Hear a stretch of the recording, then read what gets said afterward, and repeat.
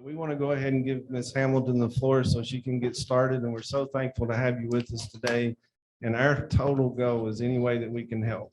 It's all about helping, and that's what we want to try to do. And so I'm going to give this over to Ms. Hamilton. Thank you.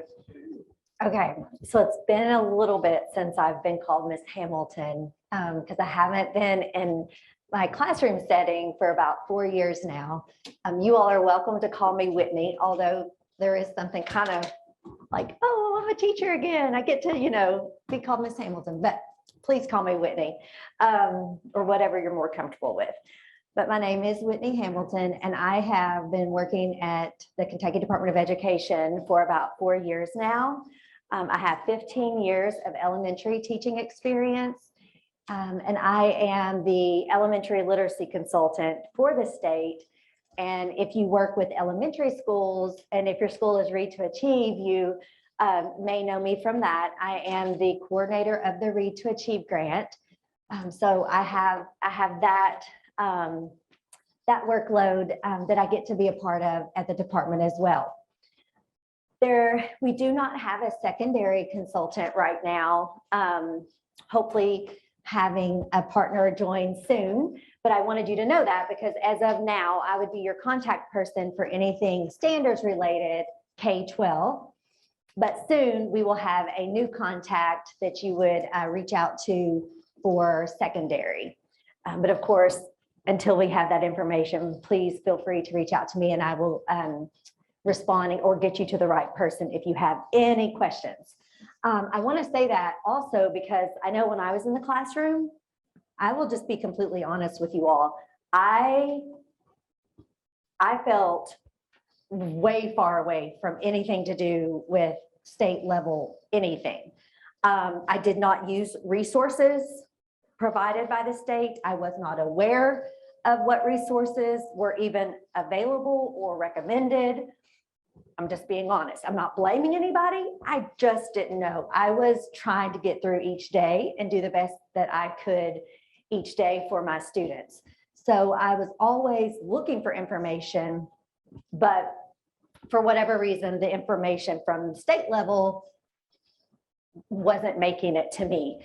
So I am very passionate about trying to help that communication as much as I can, improve, figure out ways that we can be more, have truly a partnership and not be so distant as almost like we're all separate entities. We're really, should be a full-on team and all working together.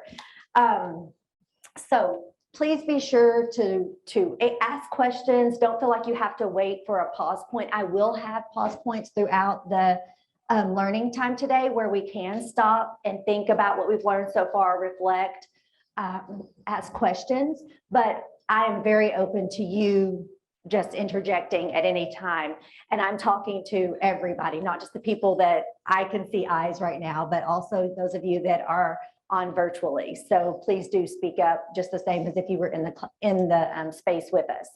So I am starting with not my slide that tells who I am and the title of the training today. I'm rather starting with a thought collector. Some of you may have already taken some time to work in the thought collector, but I will give time now for those who haven't had time to do this yet.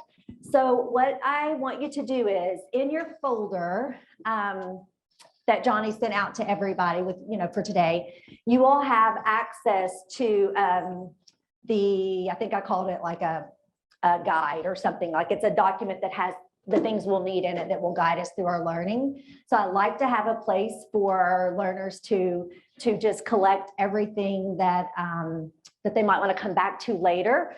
So this is a thought collector. It has 4 different questions on it that I want you to be thinking about right now. So why is clarity on grade level standards important? What resources are available to support standard implementation? What resources do you use when planning instruction or assisting teachers with their planning? And how do you determine if an assignment is strongly aligned with standards? So I will always tell my students, I almost hope you don't know the answers. because that's job security. So it is a-okay to not know if you're putting the right answers in these boxes. This is just how it started. So we haven't had any learning time today yet. So it is very much okay to not have a clue or to wonder if what you're putting in those boxes is even close to what I'm going to share today. So I will get quiet and I will just give about 5 minutes to think through these. If you skip one because you just can't think what to put down, then just skip it. That's okay.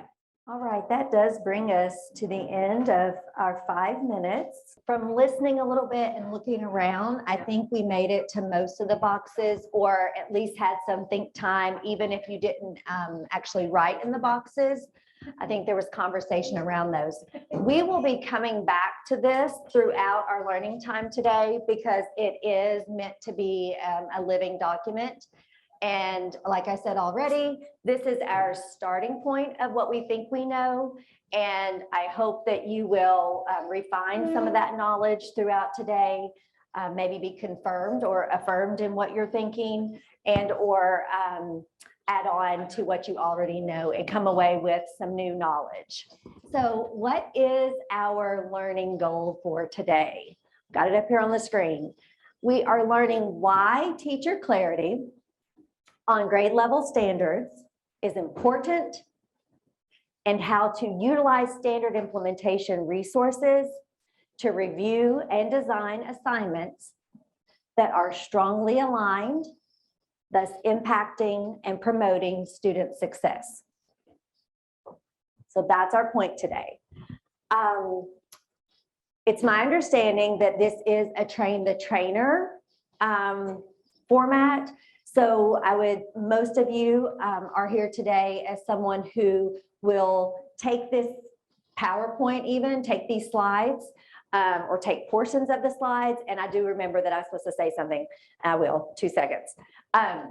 Most of you all will take this information and maybe not directly work with students, but you will take this information and then share it in another professional learning environment so that you are giving this information to teachers or other district leaders who will then get it to teachers. So today, you all as participants you are a learner, but you're also a trainer. So I want you to be taking in the information and taking in the whole presentation from both of those viewpoints. So you're the learner, but you are also going to be the trainer. So kind of as I share things, think about how it's impacting you as the learner, because that will be really good information for you to remember as you're training folks. You know, you need to think about kind of the tougher parts of the learning, or maybe the easy parts, because you all know who you're working with. You know, you will have connections, I would assume, and some relationships already with the teachers that you work with. So you might need to adjust some of this to meet the needs and the knowledge base that the teachers you all work with already have. So consider those types of things while I'm sharing. You may need to do things quicker. You may need to slow down and think about those questions too. So you can ask me things if you think you'll need additional support when you go out to share. Or if you think you need some, okay, I don't think I need this part, and you want to talk through maybe how you would skip over something. So keep that in mind. Johnny asked me to let you make sure you all know that the chat box is being monitored. So please utilize that. And then she will, and I'm sorry, I did forget your name, Chastity. And I even typed it into the computer and shared, I'm sorry. Chastity is monitoring the chat box. And so if you put a question in there, she'll just, say, hey, we have a question. And so we'll address it. So please utilize that chat box. Or you can also just speak up, whichever you're more comfortable with. We will return to the learning goal throughout our learning today, because we want to stay focused and know exactly why it is that we're doing this learning and how to apply it in classrooms, how to get it to the students. So remember how I said, I'm not used to that right there, sorry. When I was in the classroom, stuff didn't make it all the way down to me. So it definitely wasn't making it to my students. So we want to make it all the way to students. So eventually impacting and promoting student success. That's what it's all about. All right, this next task is independent. You all are going, you have sticky notes in the center of your tables, or if you are not in person with us today, if you have access to sticky notes or just a piece of paper, that will work just fine. We're not going to actually stick these sticky notes anywhere. I just like the idea of having small pieces of paper so we can put one idea on each piece. But if you're just using a piece of notebook paper, that's fine too. The most important thing is this is your own thinking right now. So the question I want you to think about is, what do you think about when aligning an assignment with reading and writing standards? So you're just going to jot down everything that comes to mind when asked, what do you think about when aligning an assignment with reading and writing standards? If you're using sticky notes, one idea per sticky note. If you're just using a piece of paper, just kind of spread your ideas out so you can just see where one idea ends and a new one begins. All right, I'm going to give directions for the next task. And after I give the directions, I will then, we're going to get into some breakout groups or some, stay where we are groups here in the room. But I'll go over what we're going to do first. It's very straightforward, but I will still go over all the details of what we're going to do first, especially since we have folks virtual. I want to make sure everybody understands, because I've been in a lot of breakout rooms for the past however long, we've had COVID, 2.5 years, and it never fails. I get to the breakout room and I'm like, what were we supposed to do? And like, you're in that breakout room and that's just awkward. And how do you get your questions answered? So same question, right? So we just thought about individually, what is it that we have to consider? What do we have to think about when we're aligning an assignment with reading and writing standards? We did that alone. So now in your small groups, you're going to, we have a Jamboard. Let me talk about that in just a second, but you all will be in the Jamboard, which is just another form of a slideshow. And you all will be utilizing pages in that Jamboard by the groups that you've already been assigned to. And the Jamboard pages have your district names on there. So you'll find the Jamboard that matches your district. You all are going to share one at a time, one idea at a time that you came up with alone. And each person gets a turn before anybody gets a second turn. So you don't share all your ideas at once. You only share one idea at a time. When it comes to you, if some of your ideas have already been shared, please do not share those again. Only new ideas. So you only share new ideas, and you only share one at a time until all the ideas have been shared and everybody gets a turn, and then multiple turns after that. You all will be using virtual sticky notes in the Jamboard. I will be happy to come around and help if any help is needed once you get in that Jamboard. If you have questions online, you all do have breakout room leaders who can help you as well, and they are here in person. So if they're having trouble, they can flag me down and I'll come over. But it's really fairly straightforward. You can see little sticky notes there and you click on them and drag them over into the Jamboard. So your group is now going to end up with a group of sticky notes for your group that combines everybody's ideas, so that all ideas are represented, but no ideas are duplicated. All right, so you could probably predict what we're going to do next, right? We're going to share out from the small groups, and so that we can all hear from the small groups and do this whole group task now. So in the similar fashion, each group will get to take turns sharing one idea at a time. They won't share all the ideas they came up with as a small group. They will share one of those ideas, then we'll go to another group. They will share an idea from their group.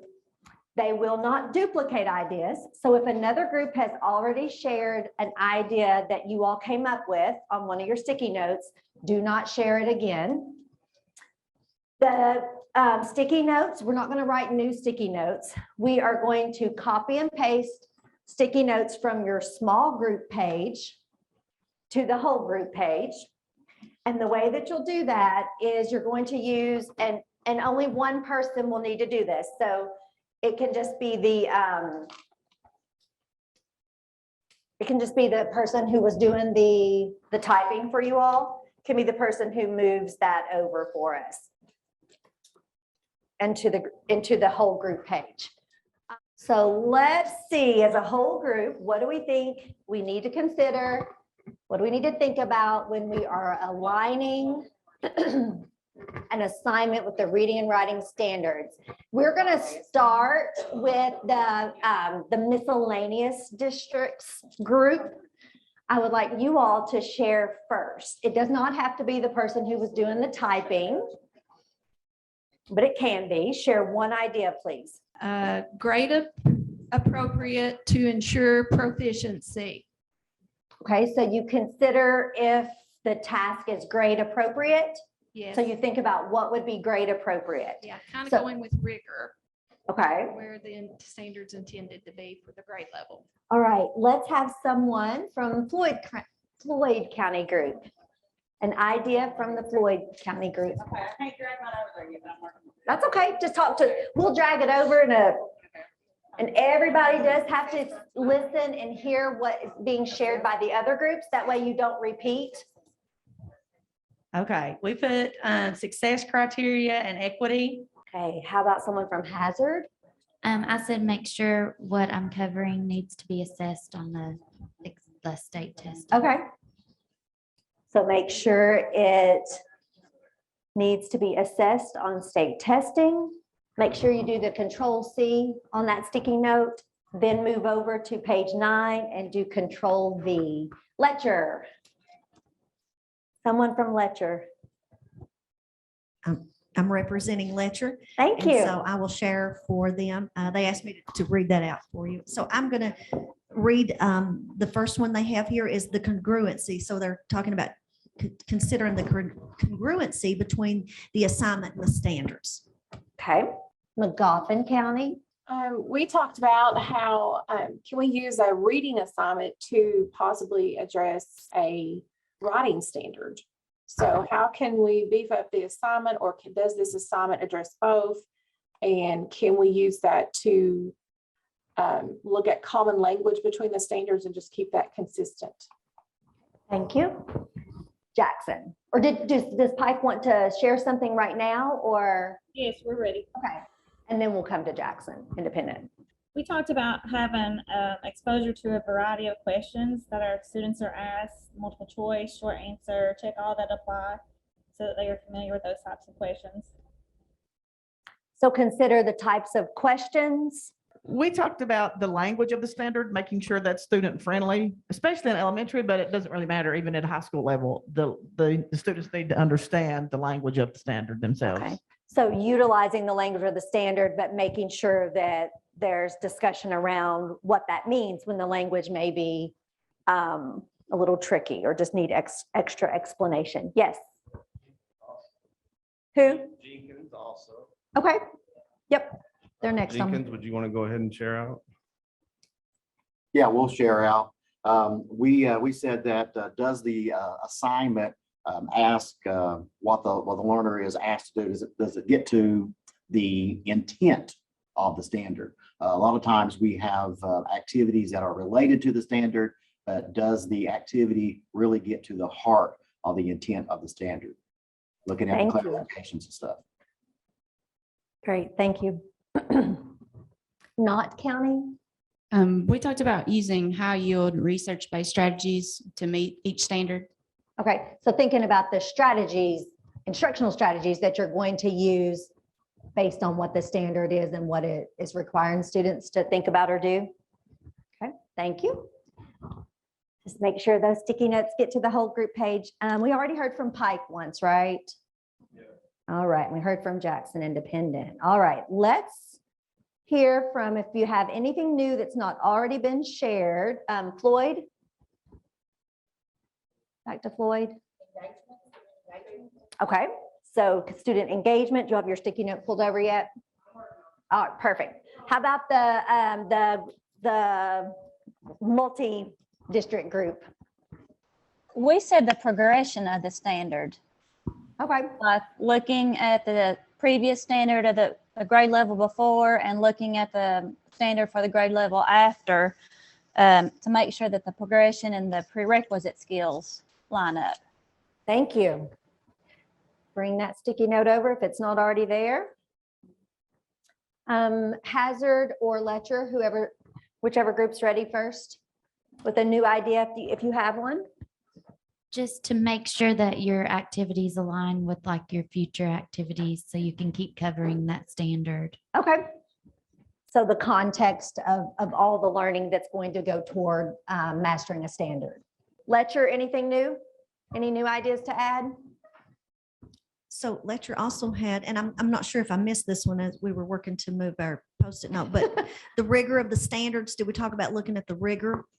We did, that did get mentioned, and I don't know if rigor was actually on the sticky note. My eyes are looking quickly. But we can certainly, if that word has not been used yet and we want that word on a sticky note, please add that. Okay, thank you. Thank you. McGoffin, something new? Anything new? I think we've covered almost everything we talked about. Okay. Jackson, Independent, you all have anything new? Differentiation, is that what I heard? Okay. Keep in mind differentiation. Knott County, anything new?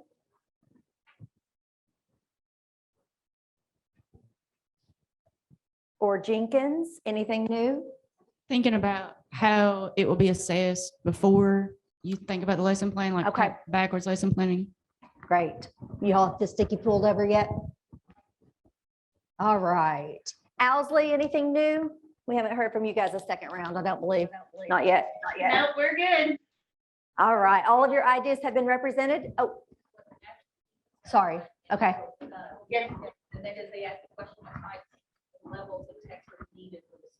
Okay. So thinking about types of text and levels of text needed to address that standard. And did Pike have anything else? No, we're good. All right.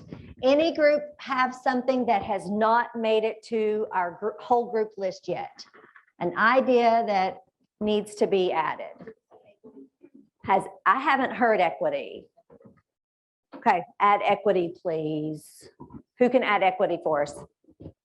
Summative assessment, teachers already know what the success rate will be on that based on formative. So when they go to design that, they already know what students have mastered. Is it on a sticky note yet? Is it coming over? Okay, well, only because where I was writing equity and listening. So will you say it to me again? Just so The success rate of the assignment, basically. So thinking ahead to the success rate, and you were saying based on what you already know from formative assessments that have been happening throughout instruction. Okay, so when designing a task and making sure that it's aligned to the reading writing standards, you would think about success rate. All right, thank you. All right, guys, so we have our whole list now. I want us to all take a second, just on your own, just some personal think time right now. I want you to review the list. I know that we can't all, maybe at least one person at your table groups has that pulled up where if you can't see the screen well enough here, you can look on that on a computer at your table. Folks online are in a better situation for being able to see the screen easily. Please review all of our ideas as a large group. These are the ideas that we think are important to consider when aligning an assignment with the reading and writing standards. So please look over that for anything that you might want to add. We're not going to take anything away at this point because we haven't had our learning time yet. And I want us to, I'm not even saying anything needs to be taken away, but I want us to respect all the ideas and to have a comfort level for adding ideas and not feeling like there would be immediately, knocked down. So we are not going to take anything away, but if you have anything you would like to add or a slight adjustment to anything, please take time to think through that now. Depending on what kind of classrooms your teachers are working in, this would be a time where I would, and this may be an idea, something to think about whenever you all are designing the instruction, your all's delivery of this information. I chose Jamboard because of our virtual, having folks virtual in this presentation. We needed to have a way that everybody could participate. When I've done this previously, we also had people virtual, and because of COVID, you know, we couldn't have everybody in the space.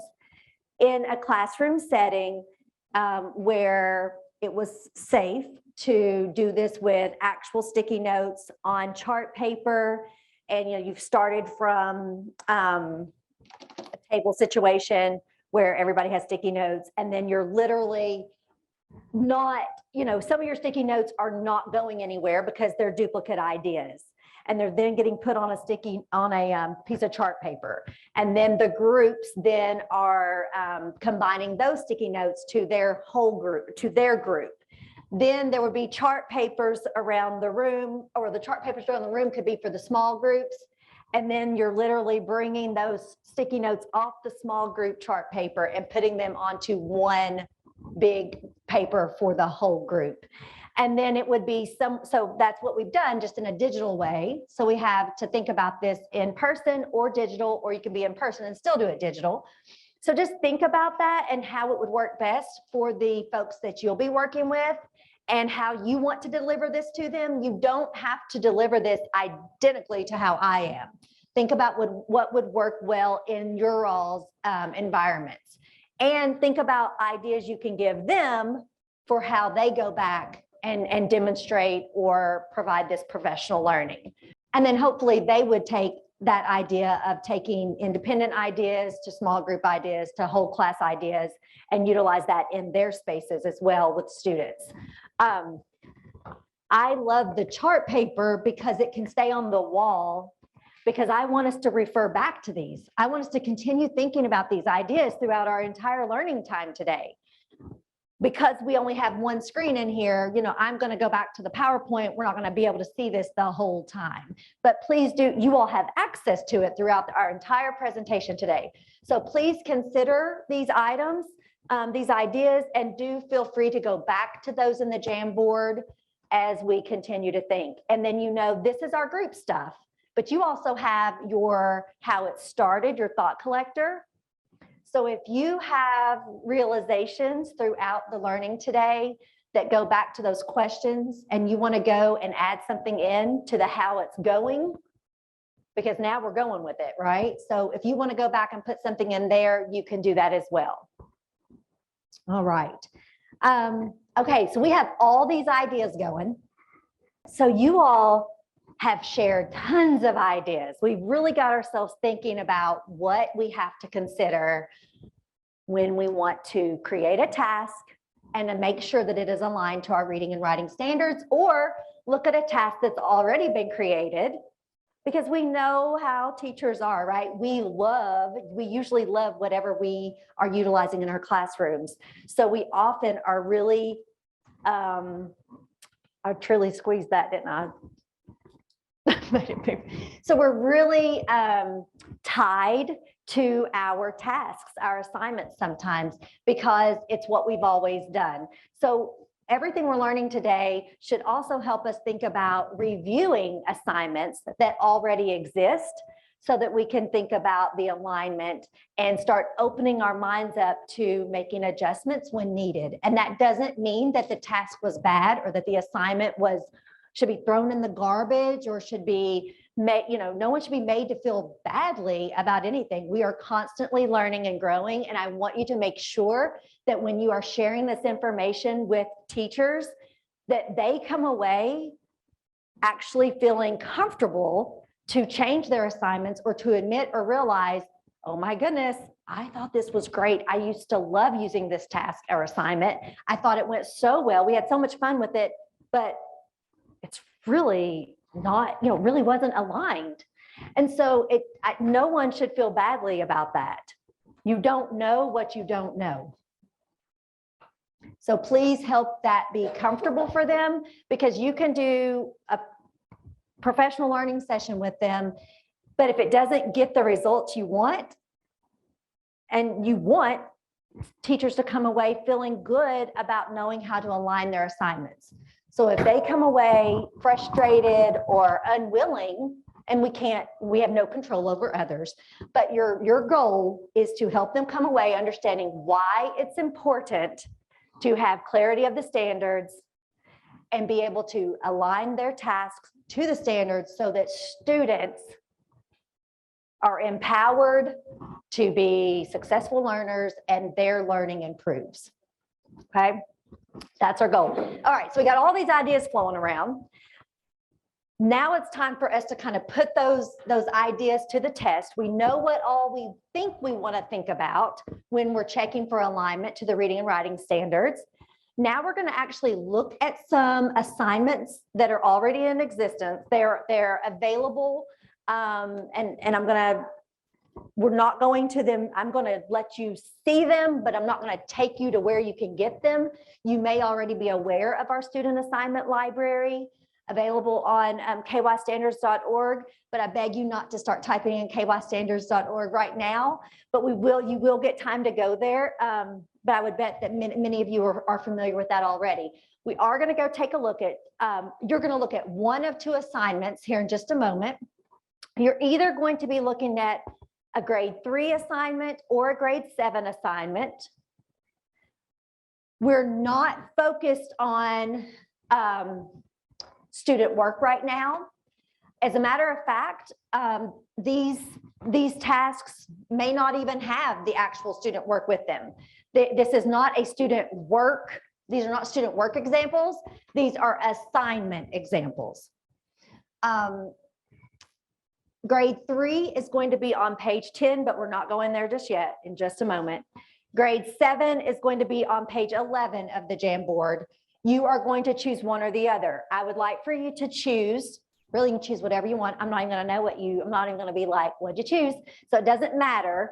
The point is for you to get the process of thinking through alignment.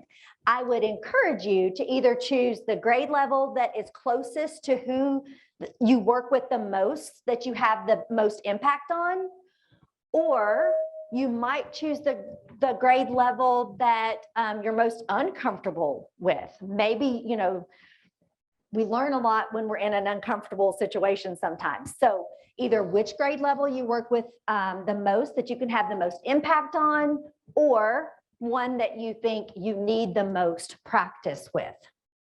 So you're going to take a moment to decide which of those you are going to work on in this space right now.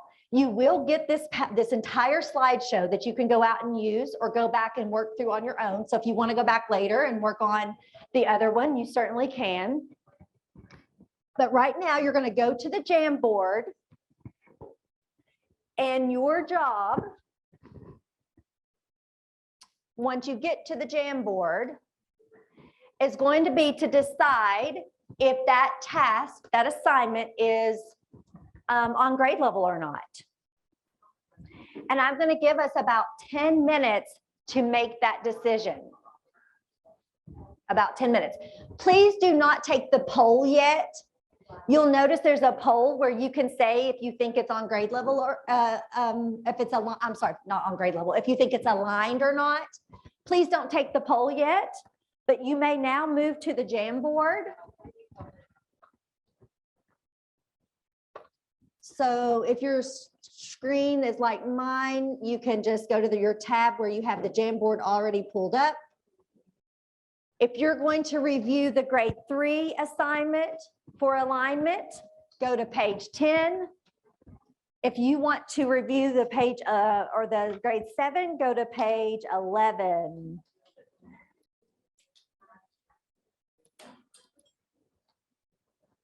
This is a time to make notes on your own paper, a Google Doc, a scratch sheet of paper. Please don't make, you're not needing to put notes on those actual Jamboard pages. Yeah, so much fun. Yeah, I mean, the world's not gonna end if you do, but I would just make notes on your own. About 10 minutes to think through this assignment. Is it aligned or not? And please do not go to the poll just yet. So you've had some time to look at one of two assignments. You either looked at the grade 3 assignment or the grade 7 assignment. You were looking with the purpose of determining if you felt like that assignment was aligned to the reading and writing standards or not. And I've been hearing a lot of discussion. So you guys have been thinking through that some on your own and then sharing your thinking with others. What I want you to do for the next few minutes is go to your Clarity Workshop Guide, the place where we started with the thought collector. And I want you to find on there where you have a box with grade 3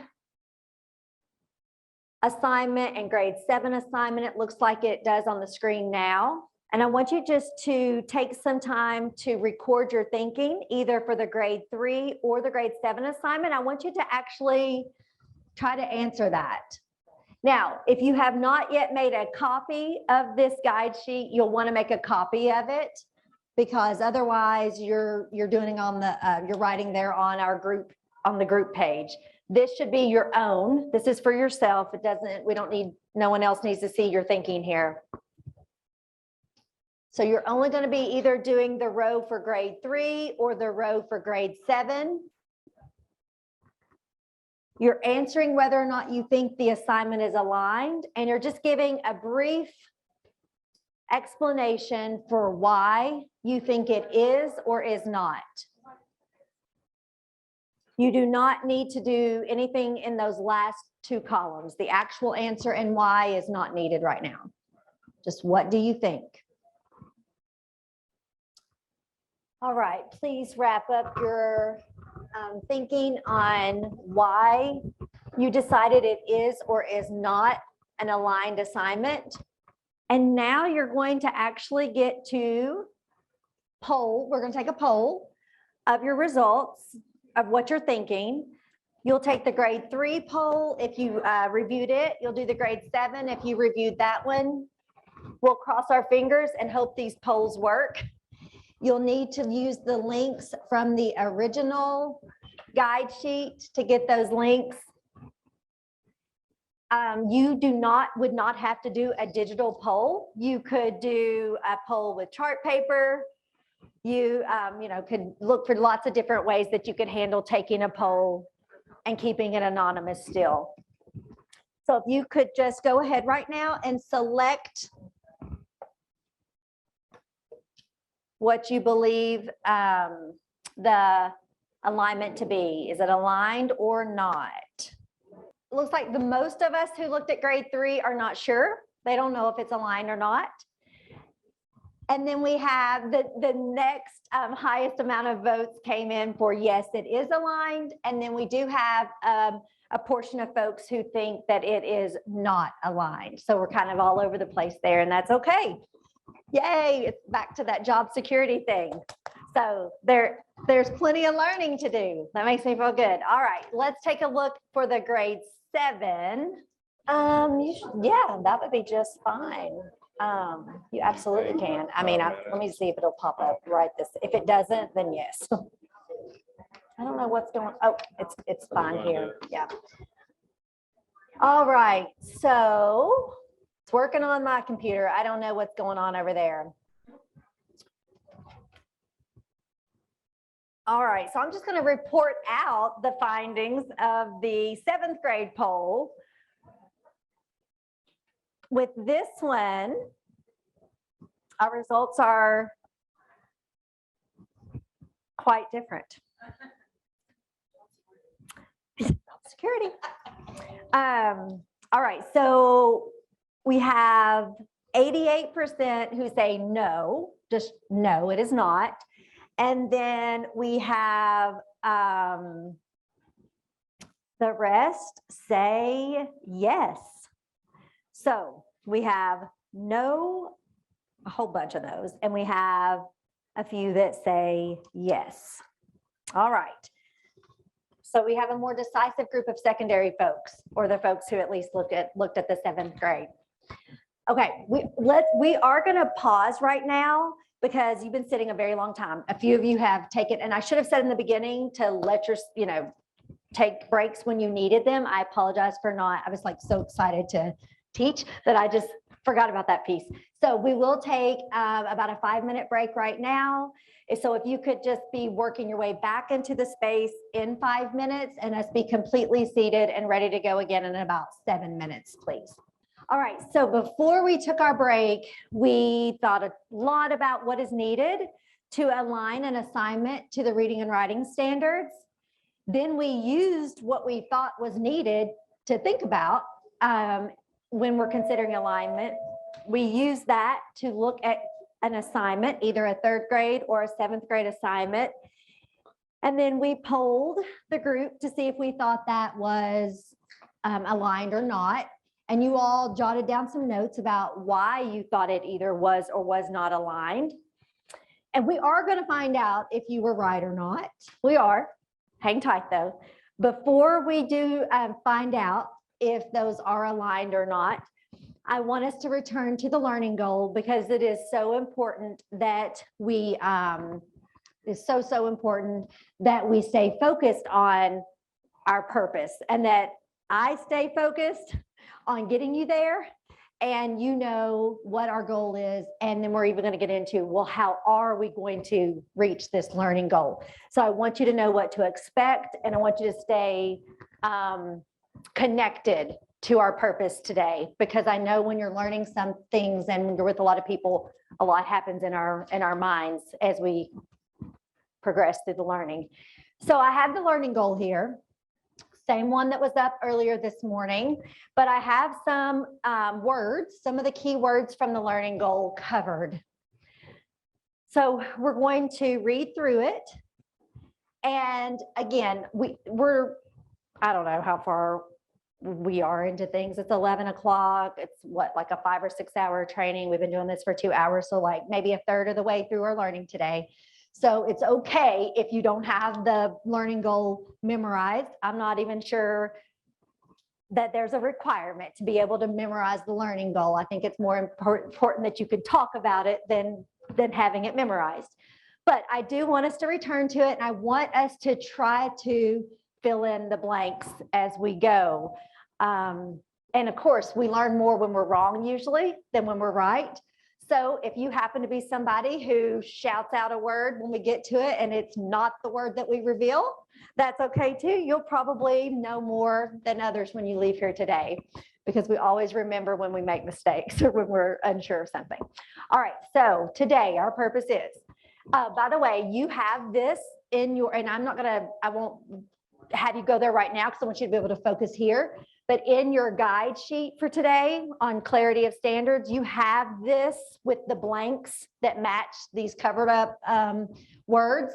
So you can go there and fill those in, but we'll do that once we get them revealed. Okay, we'll do that then. All right, we are learning why something clarity. We are learning why, and I hope it doesn't go to the next slide. I hope it uncovers it. We are learning why teacher clarity. So who needs to be clear? Teachers. We are learning why teacher clarity on something standards. We are learning why teacher clarity on grade level standards, okay, is important, and how to something standard implementation, and how to utilize standard implementation resources. Okay, so teacher clarity. So we're learning why it's important for teachers to be clear, not just on any standards, but on their grade level standards, and how they can utilize standard implementation resources to review, because we know plenty of assignments are already made. We have curriculum in schools that already have, assignments in there. Teachers have already made them with common assessments that have already been created. So a lot of this is to review what's already been created, but sometimes you have to design new things. And we want these to be strongly aligned, thus impacting and promoting whose success? Student success. All right. Take a moment now. You are going on your screens. You're going to go into your guide sheet. You're going to find, and I'll put this back up, but you're going to go into your guide sheet. You're going to find the place where the learning goal is listed. It has the blanks in there for you. So this is where we're working right now. Back to the guide sheet. That's your Google Doc, the one you made a copy of. So you're doing this on your own Google Doc, your own copy. And you are filling in the missing words to the learning goal, not because you need to have it memorized, but because we want you to be focused on what it is we're learning. So you leave today accomplished on knowing what you were expected to learn. I see folks helping each other. I bet that's also going on. Those of you that are virtually, that's a good thing. So if we can also help teachers remember that when they're working with their students, it is not bad always. I'm not saying in every situation, but oftentimes we get bent out of shape when we see people leaning over and talking. But oftentimes, and especially if we create an environment that encourages it and allows it, that is active learning happening. So if we can advocate for that through modeling and through creating situations in our PL environments that we are very intentional about, saying I'm presenting it this way because it might be a way you could try out in your classroom. It's not just a practice for adults, but even adults need help. So if we could help teachers remember that if we're learning, when we're in a learning environment, if we need help sometimes, so do our students. And peer help can be very effective. All right, so we now have our learning goal, but how are we going to ensure that this learning goal is met? How are we going to ensure that when you leave here today, you leave with more knowledge, and not just random knowledge, but more knowledge about the standards, more clarity on the standards, and able to utilize implementation resources that were designed specifically to help you implement the standards, understand them better, and then be able to implement them in your classroom so that assignments are aligned and who succeeds? Students, right? So we're getting to promoting student success. All right, so how are we going to do this? So I have success criteria for you. Now, I also want to point out that I didn't start with the I didn't put the learning goal up like first slide, and I didn't put the student success criteria up second slide. And that's not because that's a bad way to do it. No, it's just for today's learning, and keep that in mind when you're going out to present this or share other topics. Sometimes, you don't want to spend so much time building background knowledge or thinking about something that you don't have time for the actual learning. But sometimes it takes some building up to before you're even ready to hear how you're going to get there. So just keep that in mind. All right, so by the end of our session today, you will either learn these, be able to do these things, or be equipped to find the resources to follow up and work through these things. But ideally, we're going to make it through all of these today. So that is access and explain the use of the assignment review protocol and the student assignment library. So that's what's coming up in the remainder of our session today. You're going to learn how to access and explain those two resources. Explain the use of them. Because tell me, how often can you explain some, you could talk about it all day, but if you don't know how to use it, does it even matter? So a lot of times we talk, but we never get to the actual application with grownups and with kids. All right, explain why clarity of standards is crucial to utilizing the assignment review protocol. So when we look at this protocol for reviewing assignments here in a little bit, and it may be after lunch by the time we get there, we're going to really talk about why, because you have the review protocol, you have things to answer, things to think about.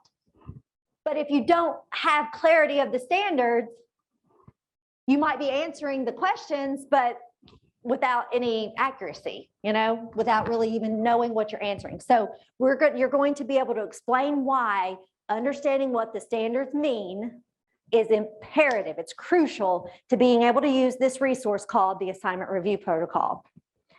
Okay, third, access and explain the use of the Breaking Down a Reading and Writing Standard Protocol. So you are going to be able to go to kystandards.org, find that Breaking Down a Standard Protocol, and you'll be able to explain how to use it for gaining understanding of depth and rigor of standards.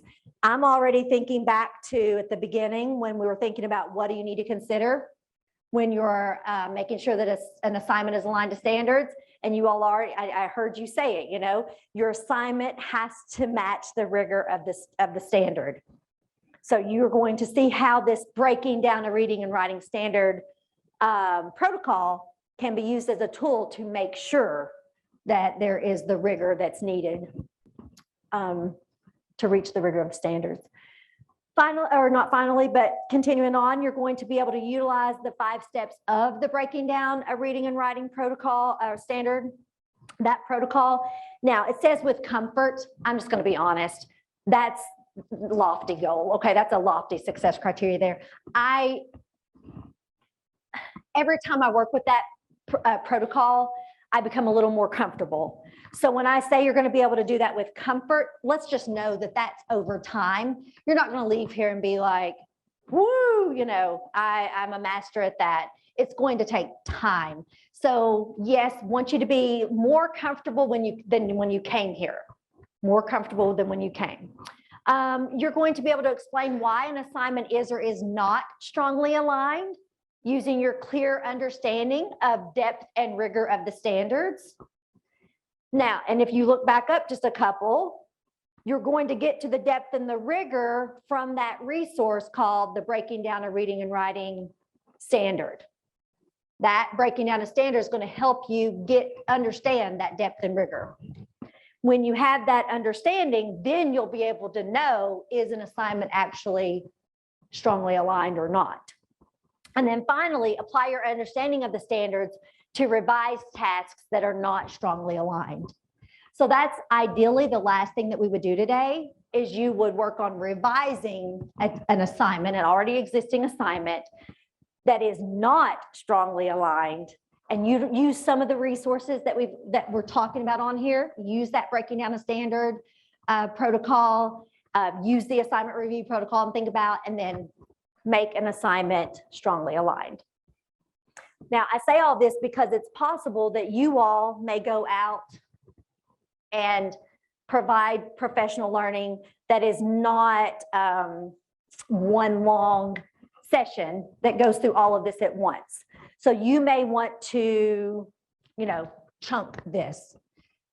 You may need some follow-ups where you're doing some revising.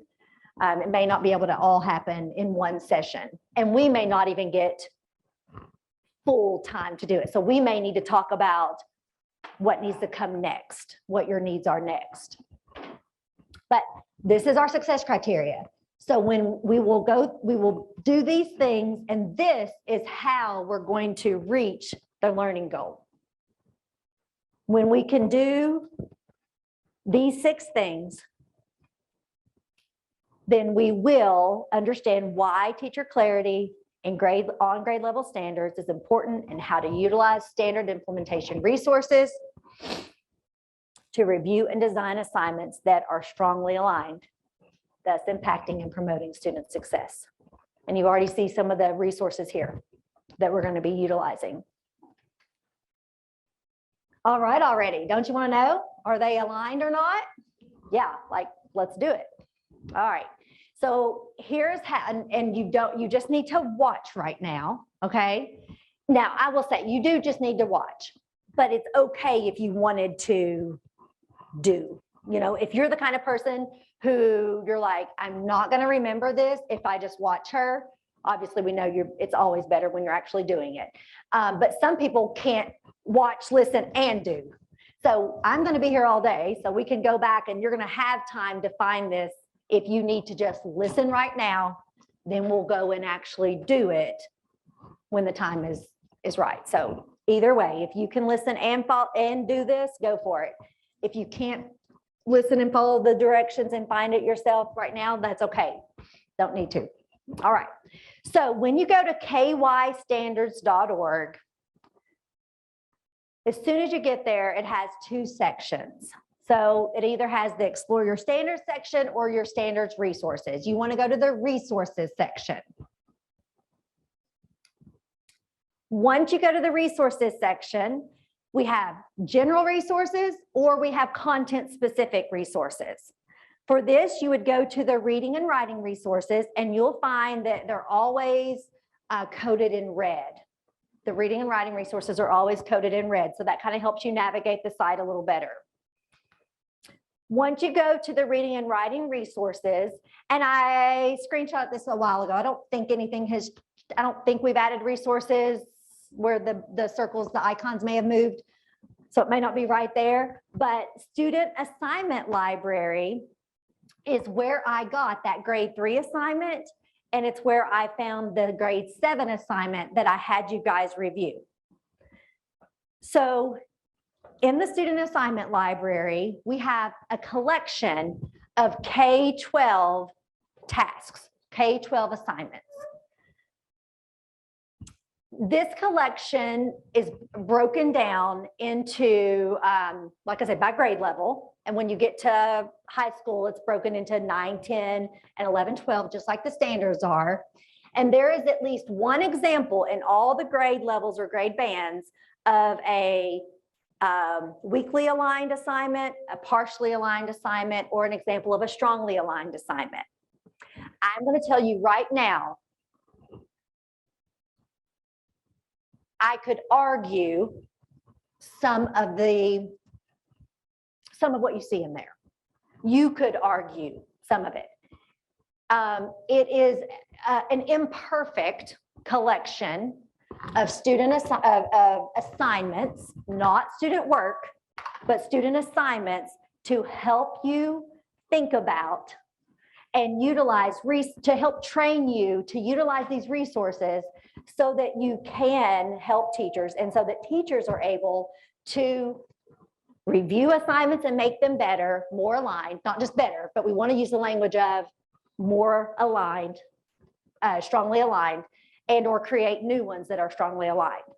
But just know that if you ever go in there and you're like, you're kind of thinking, I don't want my teachers doing this that they call strongly aligned, like this isn't good enough.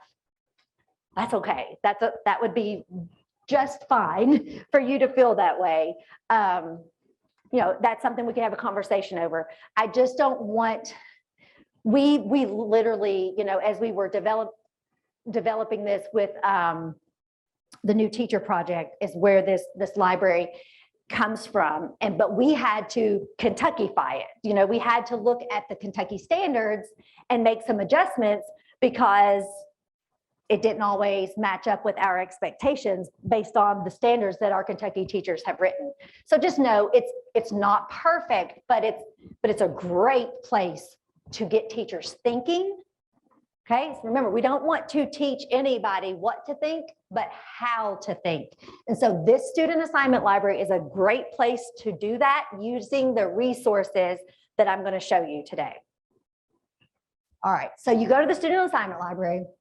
And when you get there, as I was saying, it's broken into K through 12. And then within each of those grade levels or grade bands, it's got the weakly aligned, the partially aligned, or the strongly aligned.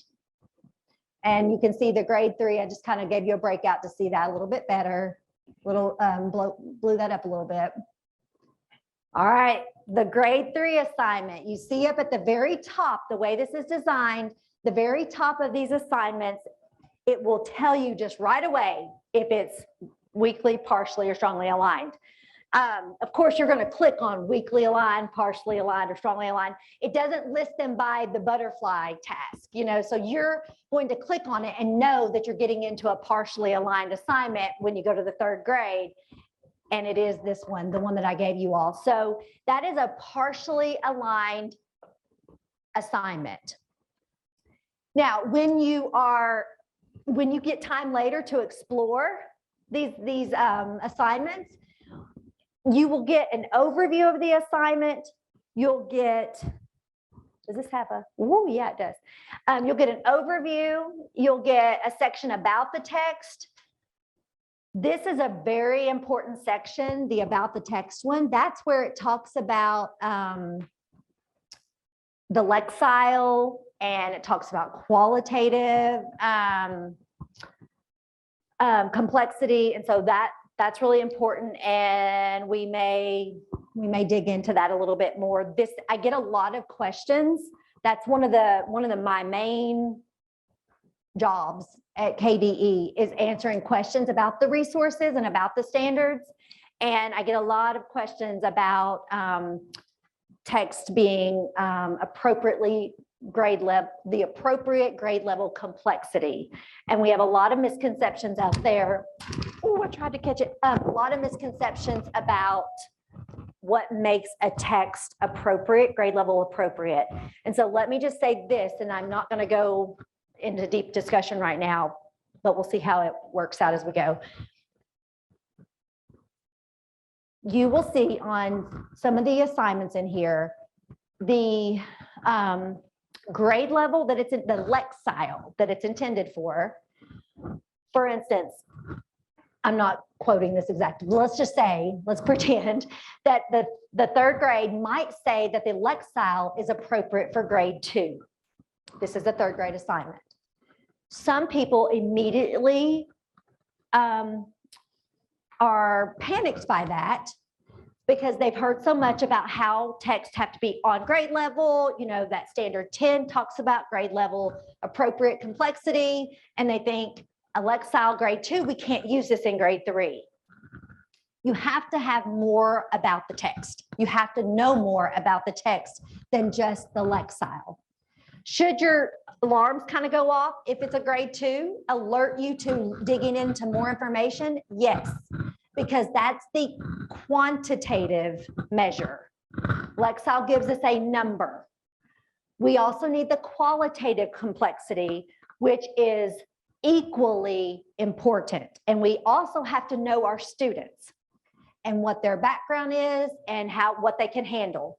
So we have those 3 areas that we have to think about. We have to think about the task and the students.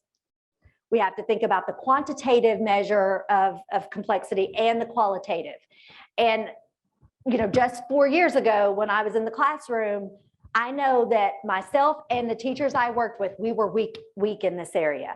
We mainly went by a number. We mainly went by a lexile. We didn't understand the importance of all 3 working together. So we can have more conversations about this, and I can make sure you know where the resources are to grow your knowledge in how to help yourself and teachers understand how that works together. Super important. So you cannot just look at lexile. The qualitative complexity has to do with, you know, what's the content of the book? Is it a topic that they have no awareness about? And is it like that much higher, you know, higher level? So if the qualitative complexity is higher and the lexile is a little lower, that can make it an excellent choice for third grade. Because just because you can read the words does not mean you're going to understand the text. Okay, so that's very important. But I do not think I'm advocating for, you know, our text can be lower level. That's not what we have. It's not a one question, you know, it's not, there's no binary answer there. Like, it's not a yes or no. We have to look at lots of pieces. Okay, so we're talking about what all you'll find when you get to the assignment library. You'll get the overview, you'll get about the text that I just went on a tangent about. You'll get information about the related standards, which I already gave you that. I told you what standards these assignments were supposed to connect to at the top of those pages when we were looking at these. So you'll find out what the related standards are, and you'll get a rationale. Rationale's huge. I recently got a question about the complexity, and this is just one. This is frequent to get questions about the complexity. But what and I don't fault anybody for this. I know how busy everyone is. but the rationale explained it. Okay. So I point that out because I want you all to know, like, a lot of the answers are right here, but we don't always, you know how it is. You're busy. Like, you just kind of go and look at this and then you move on, you know, but you've got to look at the whole thing. There is a rationale at the bottom that will help you understand why this is partially aligned. It's very important. So all those pieces are important. Okay, let's look at grade 7. Partially aligned. And again, it's going to look the same. Overview, about the text, related standards, and the rationale. All right, what I want to do right now is give you time to go find these. Give you time to go find them. And when you find, those are the directions to find them, so I'll put them back. But when you go find them, I want you to look at, pay attention to the overview, the about the text, the related standards, and the rationale. Find those sections and make sense of it. And do you all remember how you had earlier, you said if it was aligned or not, and you gave an explanation for why you thought it was aligned or not? And then we had a column where you could put the actual answer. So now we know they're both partially aligned. Now your job is to go find out why. According to that rationale, why are these partially aligned? And you're just going to go back to the one that you reviewed earlier. Okay, so in case finding KY standards is new to you, and I hope it is for some folks, that's kind of like I kind of hope you do, I kind of hope you don't, but I kind of hope it's new and kind of don't hope it's new. Let's see, here's your directions for how to find. I showed you, but now here's step by step. Okay, I just want us to share out some of our noticings. Your noticings can have to do with the explanation, could have to do with the rationale, could be connected to text complexity, could be connected to specifically to something to do with alignment, could be how it's organized. Your noticing could be something that you wish it had. Kind of just think about the conversations that were occurring, and let's go for three items that we can share out with the group. There's no right or wrong. So just things that we talked about. Sure. We just talked about it at our table. Oh, wait, 1 second, 1 second. We just had conversations at our table about with the rationale about it being partially aligned as far as how we would use the activity. And we were glad to see the rationale because we were on the right track with our discussions as far as the task could be stronger and what we could do to add to the task to be stronger, with, for it to be like an introductory, for them to pull out, evidence in a text and actually tie a piece of writing to it. So our conversation was just based around the rationale that was already listed, and we were on track. We're not bragging, but we were on You track. can brag. We if were you not want. we're not bragging at all, but we were on track with our thinking as far as this assignment, how to make the assignment at a higher level or more aligned to the standard. Great. And doesn't it feel good to be to get that confirmation? It feels good to be affirmed, right? Sometimes we're just not sure. I mean, I know people like examples and models, so it's nice to have the student assignment library, and no one here wrote these assignments.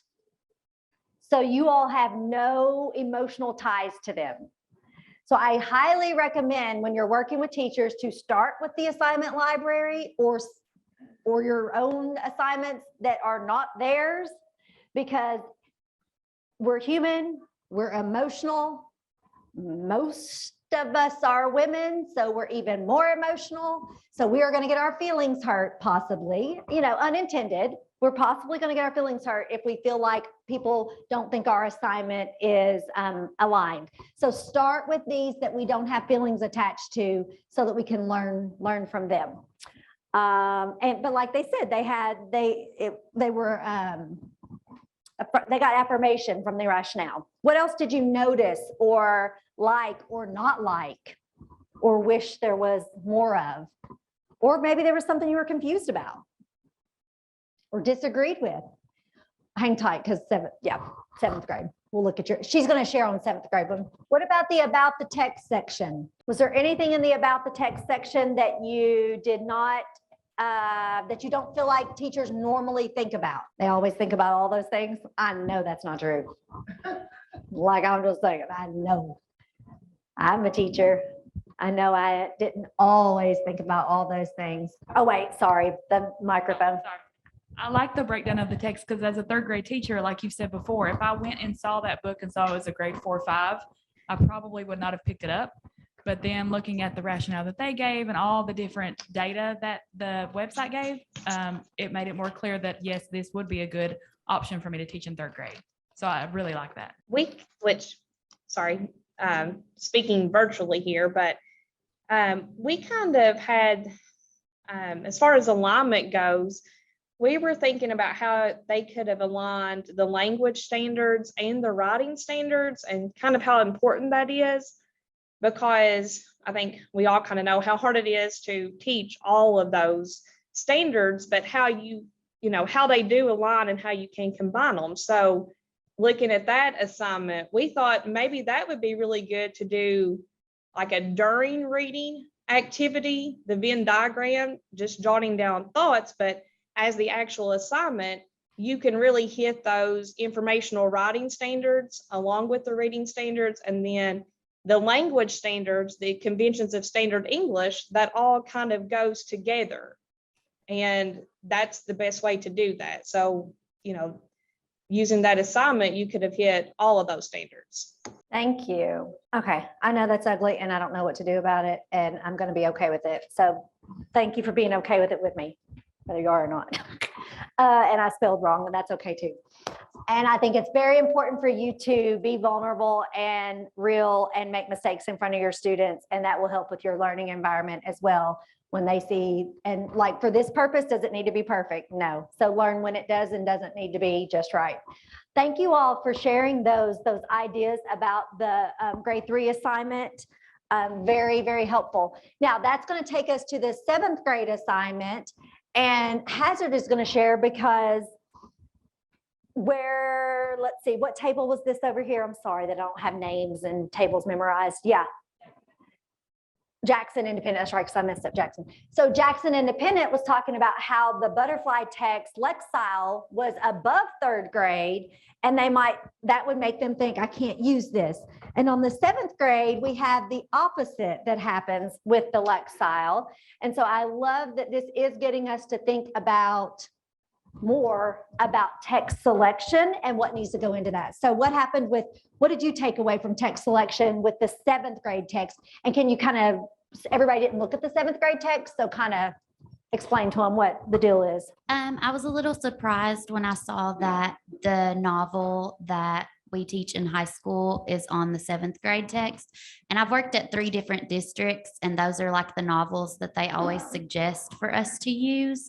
And so it made me think that maybe this text, even though it does have some rigor to it, we need to start doing more complex text. But it's kind of funny to me that like across the state of Kentucky, that's like a text that in high school, usually freshmen, that's what you teach. And so it just made me think that I need to look at my assignments more and figure out what I need to do to align it to the standards, because I don't want to give my students a text that's not on their level. And then when they do the state testing, they're not used to reading the other ones. So I'm going to go back and look and make sure that the lexile levels and all of that stuff are matching up, even if it's the old classics that they say to use in your classroom, that might need to be looked at differently. Okay, so definitely has her thinking about text complexity and qualitative and quantitative. Complexity matters. And you even need to think about, again, what am I going to be having students do? That matters. And what can my students handle as well? What else about the 7th grade text did you notice? What came up in your conversations? And it is almost lunchtime, y'all. I'm hungry too, so I promise it's coming. And notice I did say think time, not wait time. Wait time just has a bit of a negative connotation, like I'm waiting. But think time.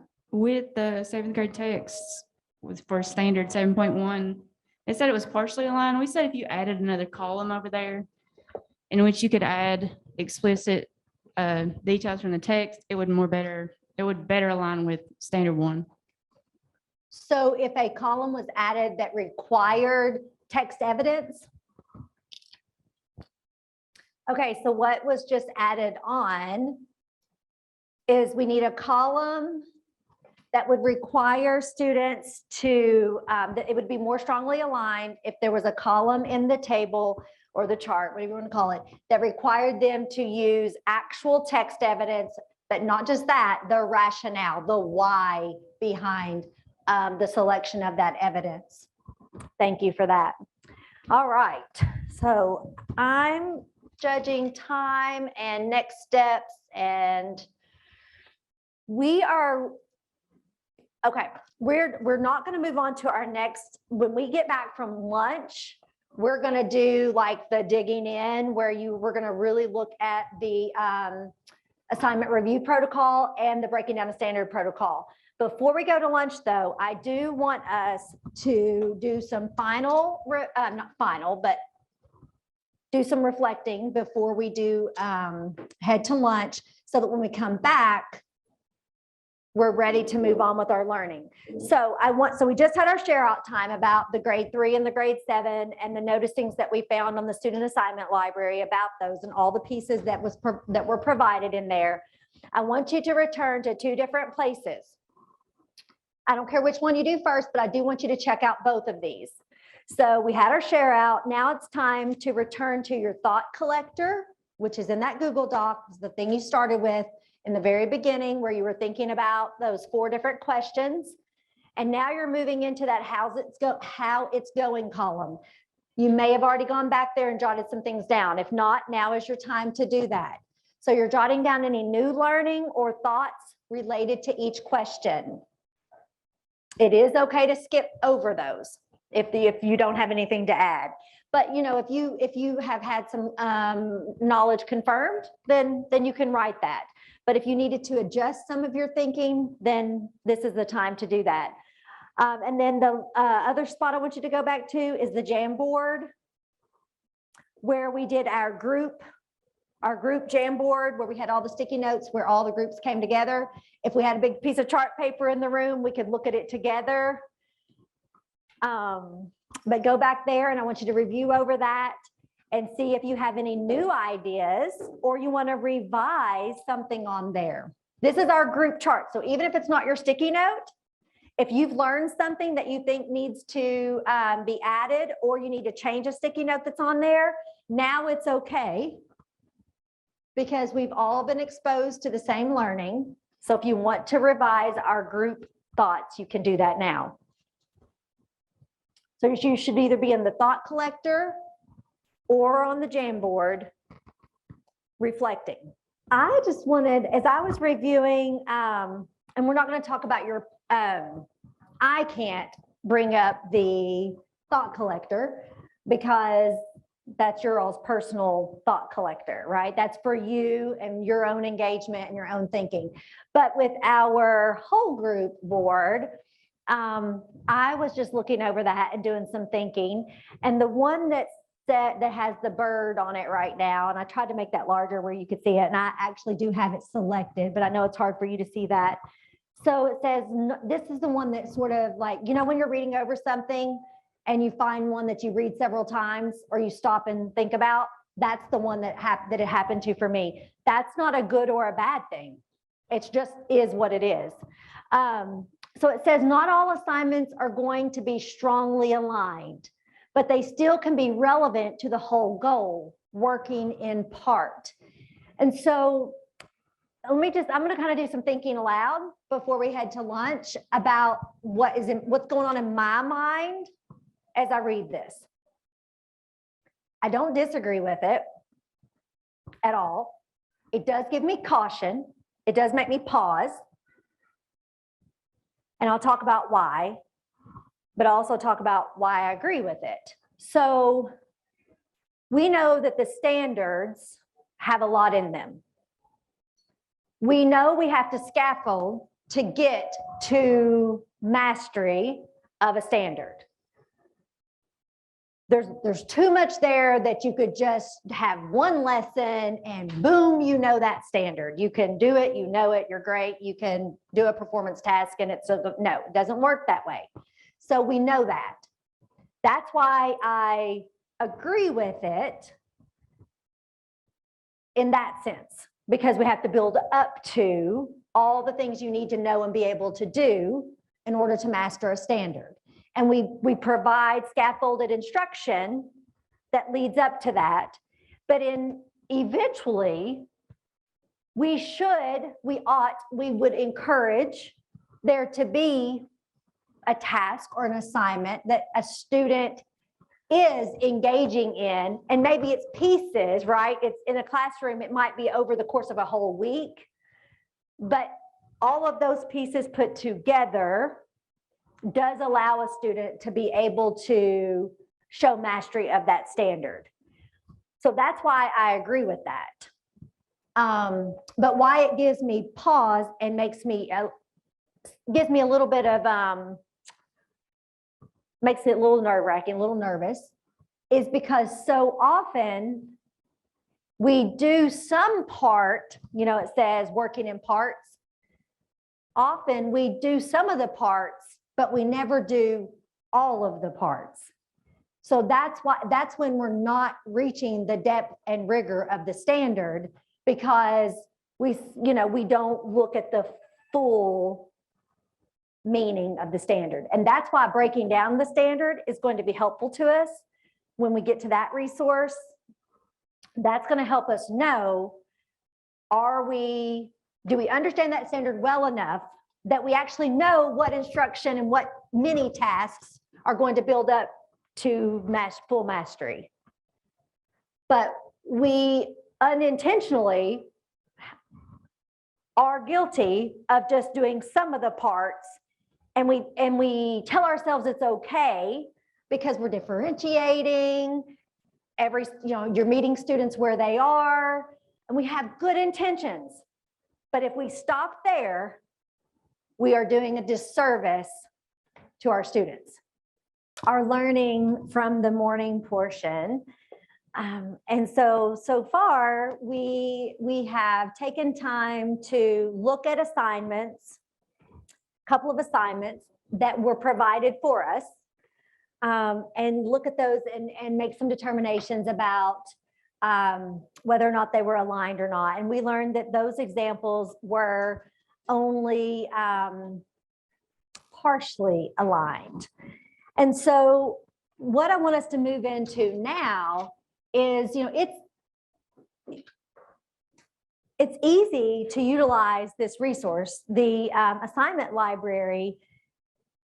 It's an excellent option for making it easy for us to review and understand why it is either aligned or not aligned based on the rationale. And that's all done for us. And we can utilize those to make sense of what makes something aligned, an assignment aligned or not, and then apply that knowledge to new assignments, right? So we can transfer it that way. But, what do we do? It's great. We have the assignment library, but what about when we're out working with teachers on assignments that are not in the assignment library? We don't have a rationale. We don't have all the information about the text. We don't have commentary about the related standards and how the assignment does or does not reach the full depth of that standard. So that's what we want to move into now, is I want to help you see another resource. The Student Assignment Library is great for how we used it this morning. It's great for helping teachers see what partial alignment and weak alignment and strong alignment looks like, and learn from the rationale and apply it. But we need a process for assignments that already exist, but not in the assignment library, because there's so much variation across the state. So we have a tool, it's in kystandards.org, and you can just follow along at this point, but we have created a resource that can help with this. And so it is in the resources section of kystandards.org for the reading and writing standards. And it's called the Reading and Writing Assignment Review Protocol. So we've learned about the student assignment library, but now the protocol, the assignment review protocol, is a nice companion to helping you understand the rationales that are used in the assignment library. The review protocol works really nicely to make better sense of that rationale, and is there for you to use with assignments that are not in the library. So I've circled it here for you so you see what that looks like when you make it to kystandards.org, the Reading and Writing Assignment Review Protocol. Okay, so when you open this up, this is what it looks like. It's a couple of pages, but for our purposes today, we are only going to look at section 1. There are several sections to the review protocol. But for our purposes, I'm being very intentional, and we're not looking at all the parts. We're only going to focus in on just this first section for the purposes of our work. Because if you'll remember, we're here today to learn why teacher clarity on the standards, grade level standards, is important, crucial to creating assignments that are strongly aligned so that students can succeed. So I want us to look at just this first section here. In this very first section, it's called content standards. Standards pops up right in the first section. You're required when you're reviewing an assignment to first and foremost think about the standards that task or assignment is aligned to. The standards must be pretty important if it's the very first section of the review protocol. So I want to point out to you all the pieces that the elements you have to understand about the standards in order to be able to answer these questions. Someone could try to answer these questions in the content standards section 1 of the review protocol without knowing the standards, and I'm sure it happens a lot, but it's just a waste of time if you don't really know why you're answering the way you're answering. So that's why we're taking a look at this, and that's another reason why it's so important to have clarity on the standards, because if you don't, you can't rely on your answers to this section, and it's more just busy work. Like nobody has time or wants to do any more checking off the boxes just to say you've done, to be compliance. We don't want any more just compliance activities. So, all right, in this first section of the assignment review protocol, and remember, this is a nice companion to the student assignment library. You could use this to help teachers understand why the assignment is or isn't strongly aligned. This whole sheet could be followed through that. I'm just going to get you into the first section though. All right. So it says, does this assignment align with the expectations defined by grade level standards, including a high quality text and text-based questions? Because all those things is what it's all about. It needs to be grounded in those pieces. In order to be able to answer that question, there are these additional sections under that go along with that big question.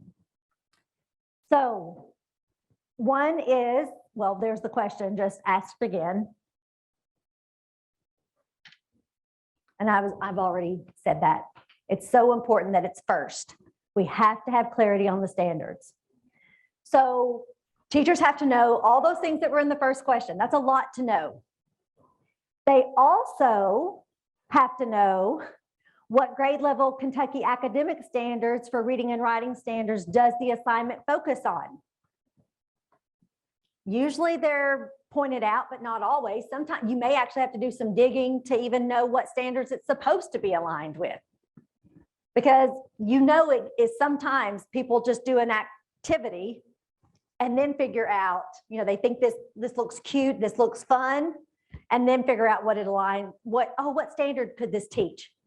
That's not saying that could never be done well. I'm not saying that. There could be cases where that could work. But really our work should be, all of our planning should be grounded in the standards. Starting point standards. Okay. They have to know, is this assignment based on one or more texts?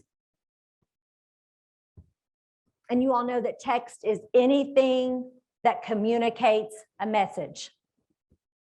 That's part of that's since the new standards were released, we have those interdisciplinary literacy practices. This is just a little side note, and that they're not assessed. They're on every single page of the standards document.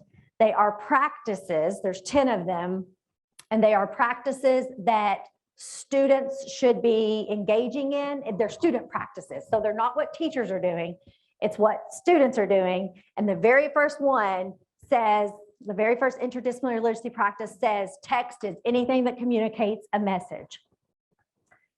So that could be artwork, could be song lyrics, could be a picture, could be traditional text, could be digital, could be a speech.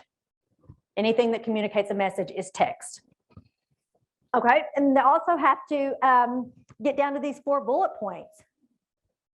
They have to, when they're thinking about those texts that the assignment is based on, they have to ask themselves, is this high quality and grade appropriate?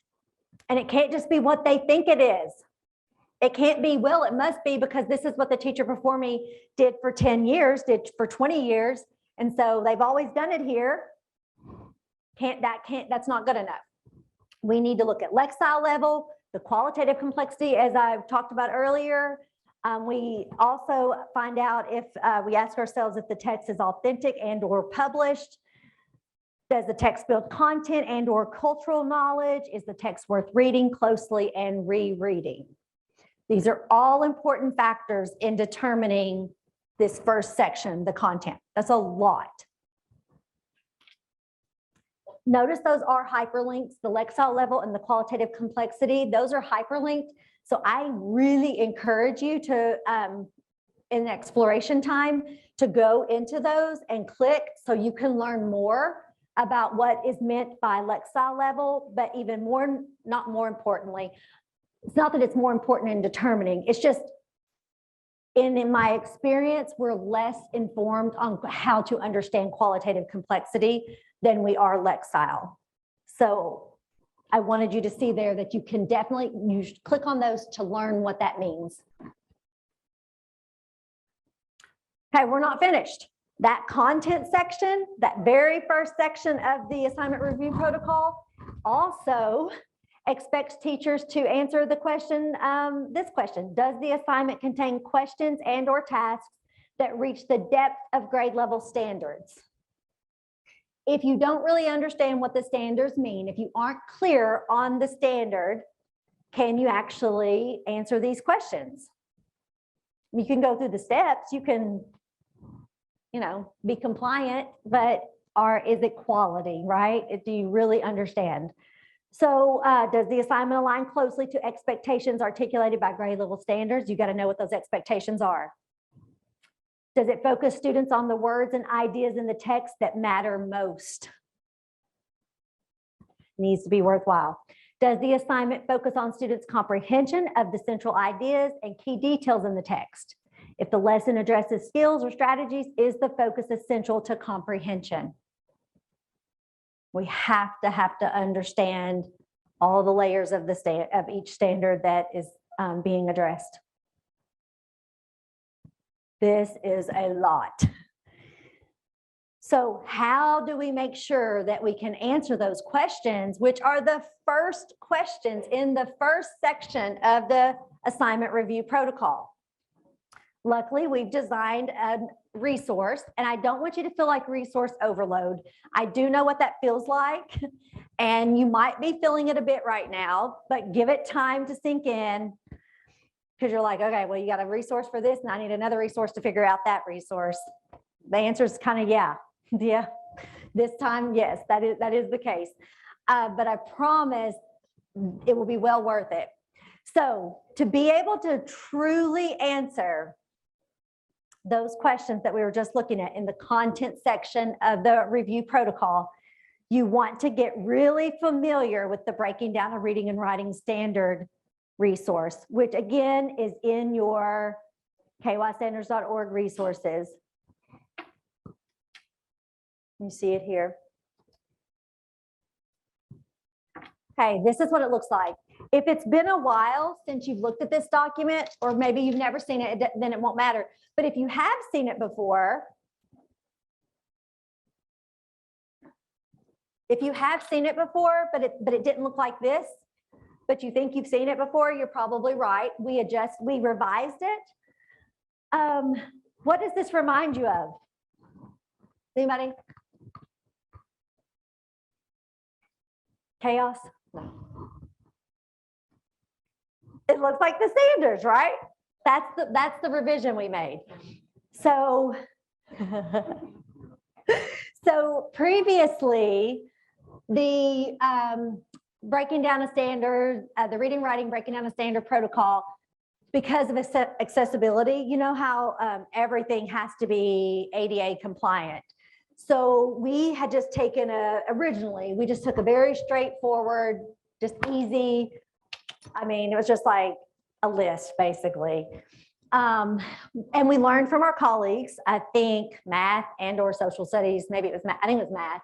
They had theirs organized more like their actual architecture from their standards document. So we loved that idea and we thought it was easier to use. So the same questions, these are not new questions. The steps you're going to take to break down a standard are the same as they were in the old resource. We've just put them into the actual sections of the standards document in the section that's called the breakdown. This is the standards breakdown view. And so we just put the questions in here to make it more user-friendly. So step one in the process, and we're going to go like, I'm going to just kind of talk about it. Then I'm going to do some modeling, and then you guys are going to get some practice with using this. So the very first step when you're thinking about a standard and you're trying to figure out what it means, and I'll tell on myself again, I did never, ever, when I was in the classroom, made the full connection or care. Maybe someone told me, I don't know if they did or not. It did not stick with me. I did not understand.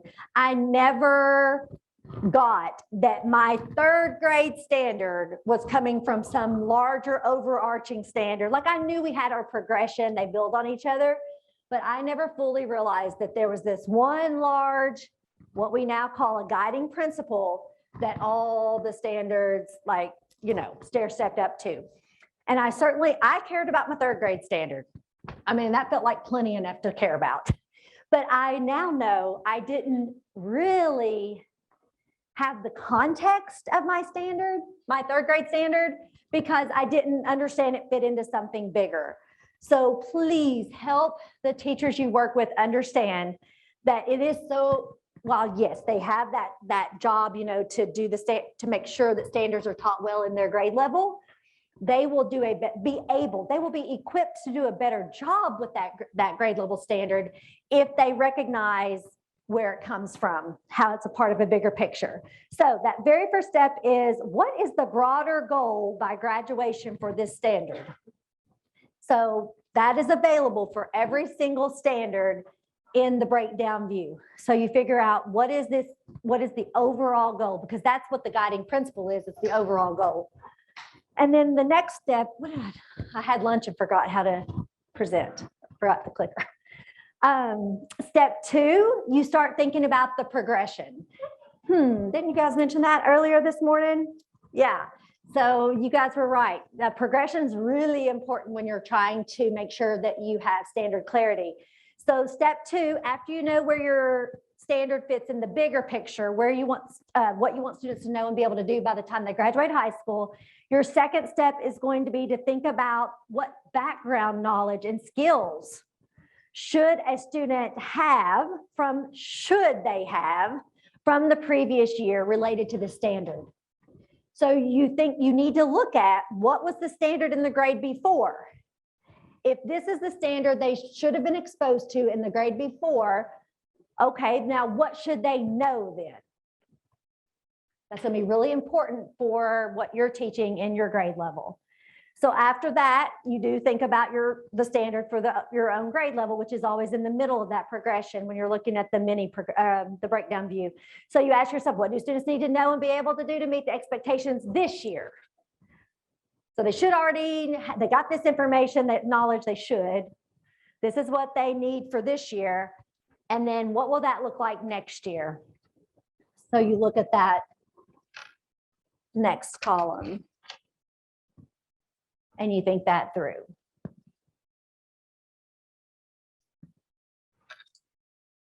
And then you get into multidimensionality.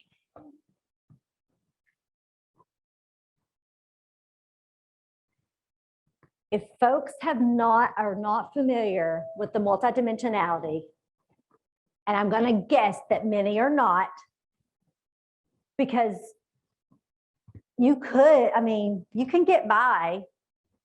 I'm sure that people get by with talking about the standards in some places without looking at the layers of the standard. Some places. So if that is happening and we're not looking at the multidimensionality, it isn't impossible, but it would be very difficult to get to the full depth of the standard if we're not considering the layers. So do I have it? Is anything happening? Do y'all see something? Why isn't it? Did I do something wrong? Did I click off of it? Okay, thank you. Oh,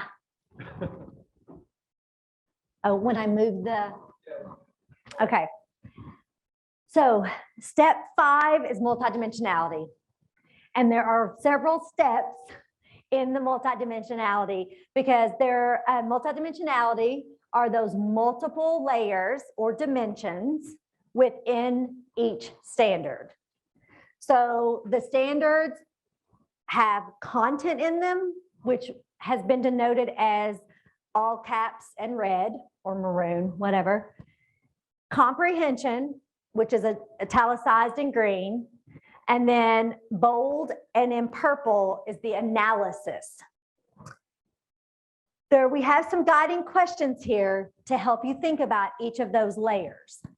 And the beauty is you don't have to figure out which words in the standard is the content of the standard.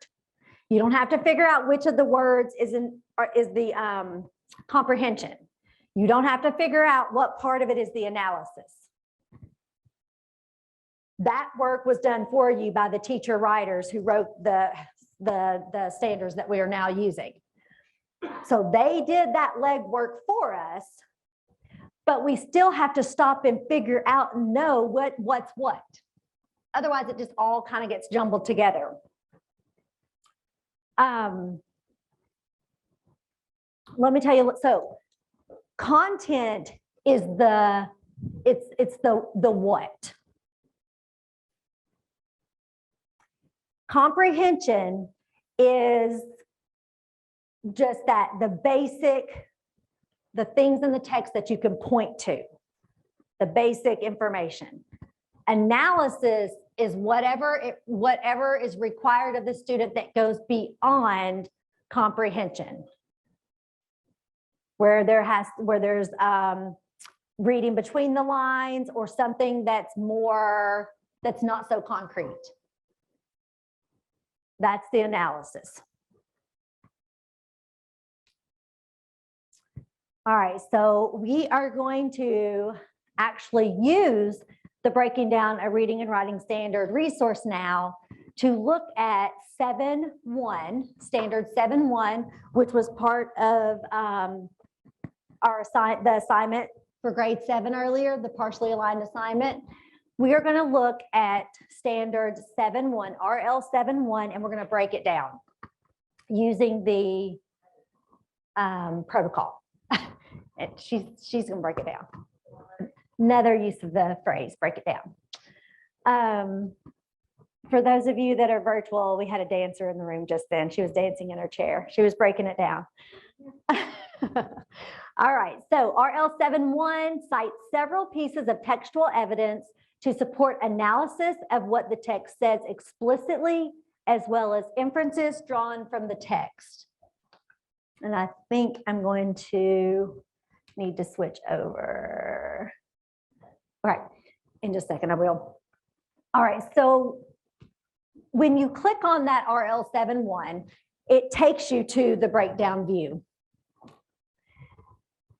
This breakdown view, see guiding principle at the top, graduation hat to help you know we're talking about the end result, graduation, the arrow to show you the progression, that mini progression in the middle. So middle is your grade level, grade before on the left, grade after on the right. Then, like I said, multidimensionality has already been figured out for you. The teacher writers did that work. That looks just like the breaking down a standard protocol resource. Designed the same way. It's just taking up the whole page here and it's smaller here. Oh, and there's remember we were talking about interdisciplinary literacy practices.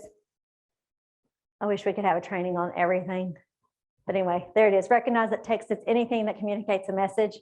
That's what I was talking about earlier. Shows up on all the pages. Okay.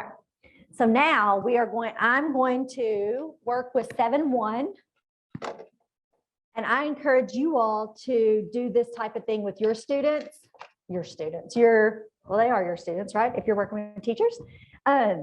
When you're working with teachers, I really encourage you to use modeling just like you would in the classroom. Modeling is really effective for helping your students understand not what to think, but how to think through things. So I would really encourage that. And I made this bigger earlier, so let me get it back to normal.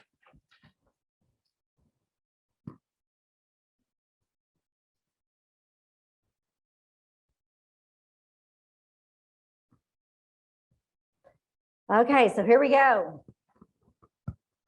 I recommend you going through this process in PLCs and gradually releasing until your teachers that you're working with are able to do this, like collaborate with you on it, and then be able to do it even when you aren't there.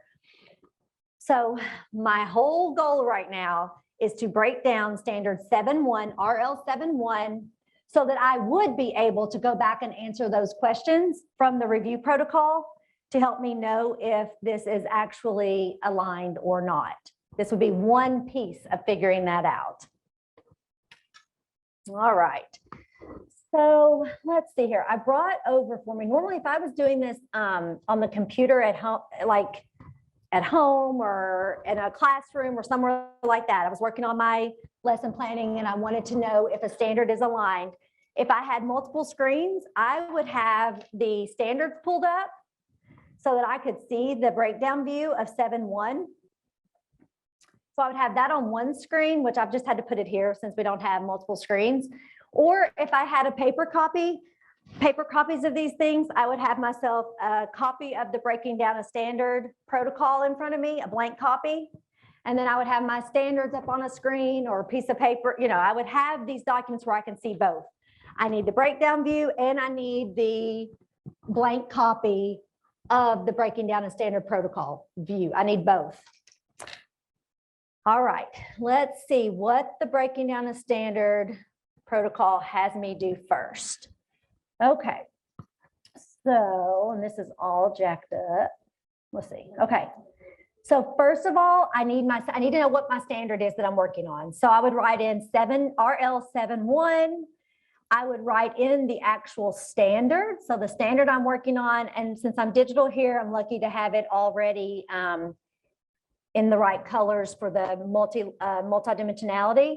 So my standard is cite several pieces of textual evidence to support analysis of what the text says explicitly, as well as inferences drawn from the text. Okay, that's my standard. And now,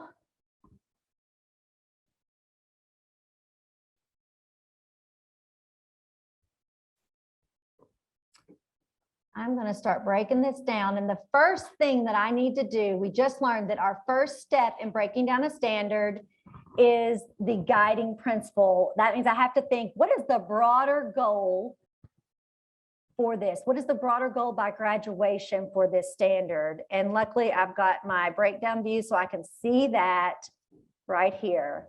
So the guiding principle for 7.1 is students will read closely to determine what the text says explicitly and to make logical inferences from it. They have to cite specific textual evidence to support conclusions drawn from the text. Okay. I'm not going to rewrite that whole thing. I could copy and paste it over, but I want to make a little bit, I'm just going to kind of do some note taking and try to make sense of that. So students will read closely to determine what the text says explicitly. So they got to be careful readers. Explicit info.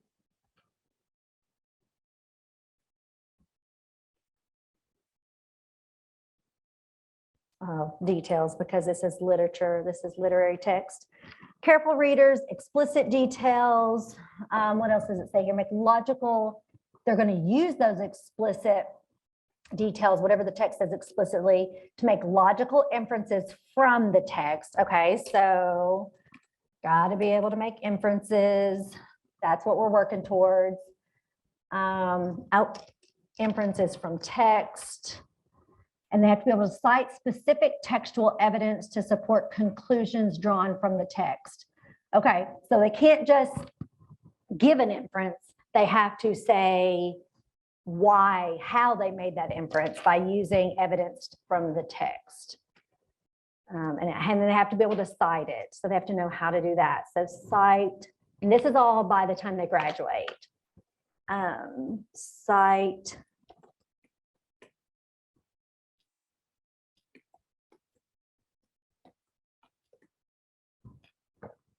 Okay.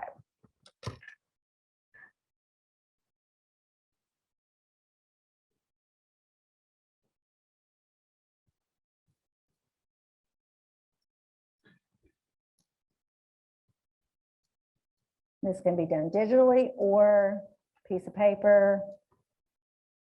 And in time, you can do this without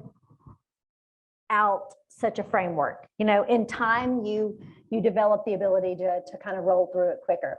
All right, step 2 is for me to think about, well, what should they already know? Now we know there's going to have to be some, some formative assessment to try to find, to know if they know it or not, but what should they know from the grade before? So I'm going to go look and see what RL 6.1 is. So it says cite textual evidence to support analysis of what the text says explicitly, as well as inferences drawn from the text. That's what 6th grade looks like. Okay, so they should know how to cite evidence.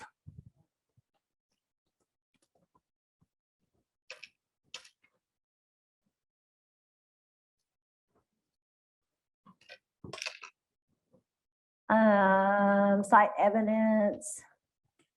The evidence has to support analysis.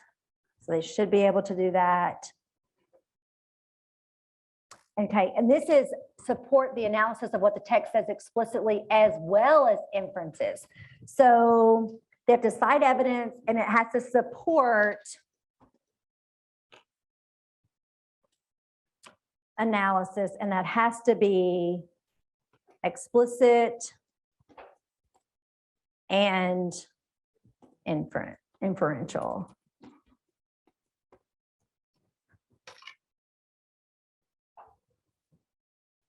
We can't just expect that teachers understand what to do with this breaking down a standard protocol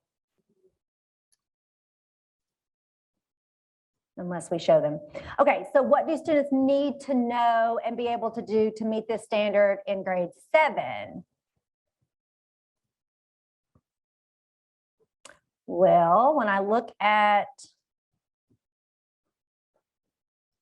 my breakdown view, cite several pieces of textual evidence. Okay, well, I just saw that in 6th grade, they do have to be able to cite evidence, but it doesn't say, it just says cite textual evidence. But by 7th grade, they need several.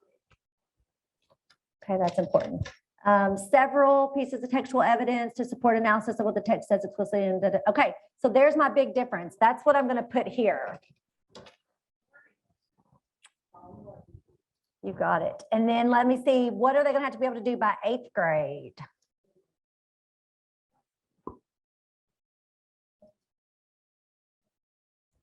And your teachers will adapt how, how they kind of represent the pieces of the protocol here, but it is good to give them a starting point of how they could think through it without telling them exactly, what to think. But so it's all about the thinking process. Okay, in 8th grade, they have to cite relevant textual evidence. Now, still, obviously we're not going to go backwards, right? Like we're not going to be like, oh, you don't have to have several anymore. You're in 8th grade and, it didn't say several. Well, you're going to continue to have multiple pieces of evidence. And now it's really important that it is clearly connected. So relevant.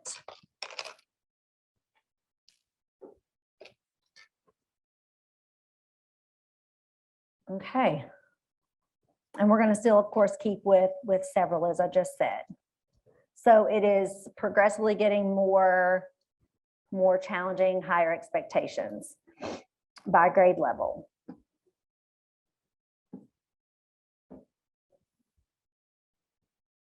I can't remember if I gave myself. Yeah, good. All right, now I've done the first, 4 steps. Now it's time for the big step 5, which has a lot of pieces in it. There are a lot of pieces in step 5. And we're just going to pause before we do step 5. We are going to stand up. And if you're at home, work, school, wherever you are virtually, I know I can't see you, but please play along. So we're going to stand up.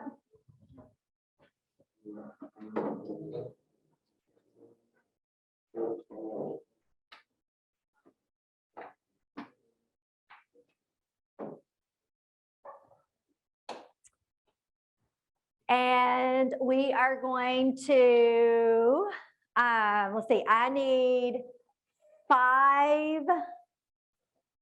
you all to shout out to me. And if you're at wherever you are, do this as well, even though it doesn't have to be where I can hear it. You don't have to come off mute, but please do it there where you are. I want you to think of, or people here, say it out loud. I want you to think of 5 things that roll. And I don't care who tells me, but when we get to 5, we'll stop. 5 things that roll.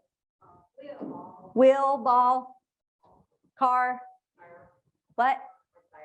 A barrel. Tongue. Okay. Boom. Okay. I need 5 things that are rough. Rocks. Back roads. Somebody said something over here. I didn't hear it. COVID's or what? Somebody. Okay. That's all right. I didn't specify. Okay. 5 things that make you laugh. Jokes. Kids. People falling. Yes. Sorry. Yes. After you know they're okay. Or while you're checking to see if they're okay. Yeah. What? Okay. One more thing that makes you laugh. Okay. 5 things that you don't start yelling out yet. 5 things you don't enjoy, and it cannot be professional learning, and it cannot be today. 5 things you do not enjoy. Dishes, vomiting, geometry, seafood, dieting. All right. Reach up as tall as you can reach. And sit back down. Okay, so we are breaking down standard RL 7.1. We've done the first 4 steps, and now we're ready for step 5. Who can tell me what the first step was in breaking down a standard? Okay, you have to check out the guiding principle, but what's the point of that? Why do we have to think about the guiding principle that's connected to the standard?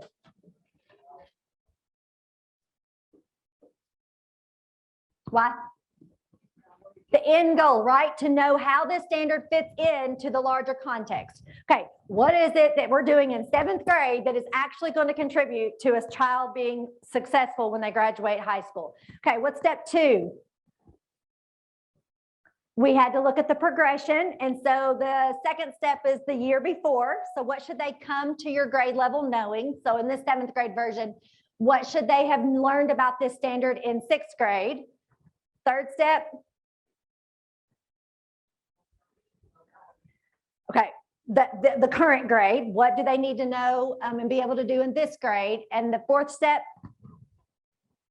And then what are they going to need to know for next year? So you know what you're preparing them for.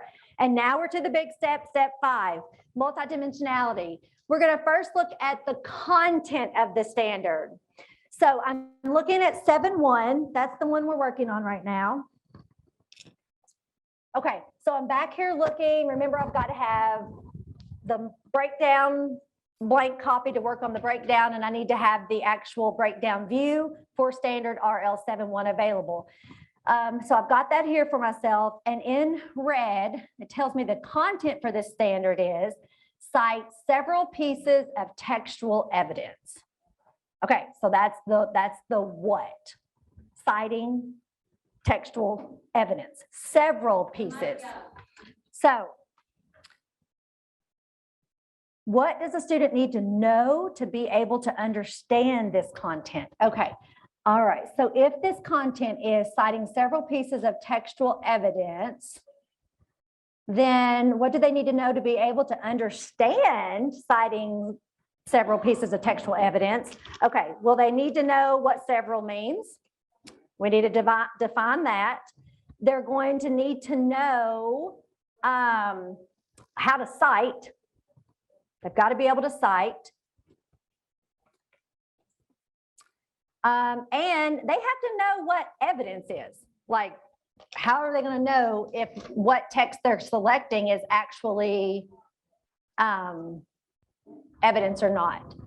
All right, how might the content be applied when developing comprehension?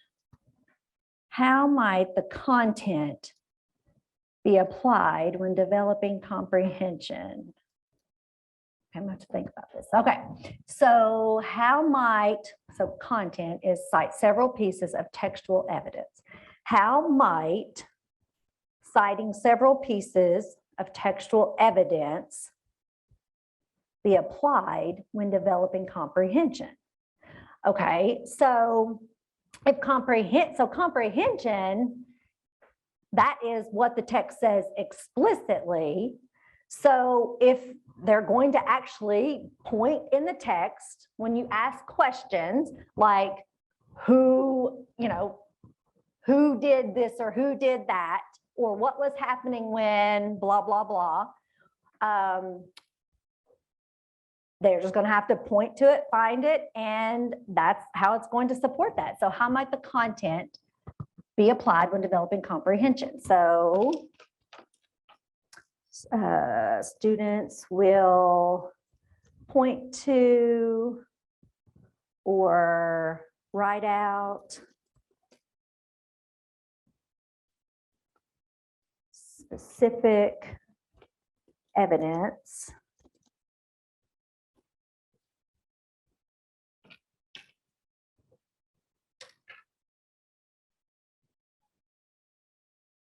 And notice this is how might the content be applied. So it is not an exhaustive list. There are other ways and other thinking, and I would take more time.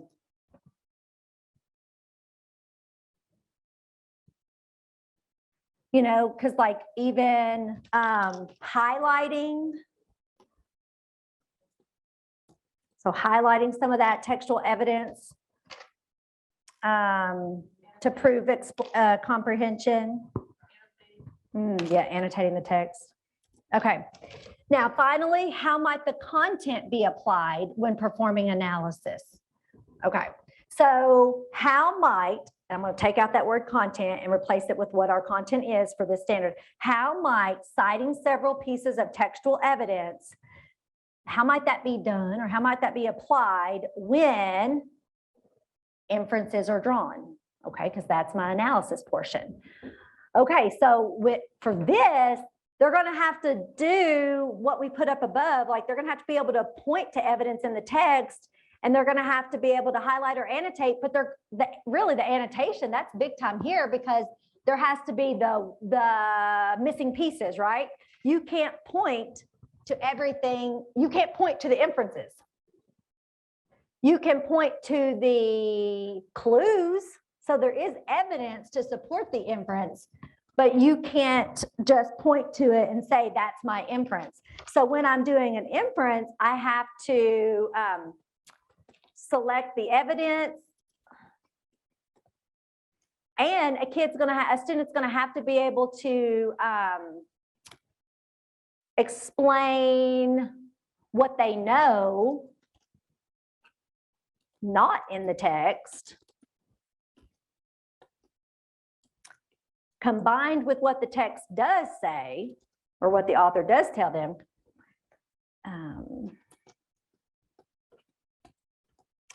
to help infer. Or I'll say to make the inference.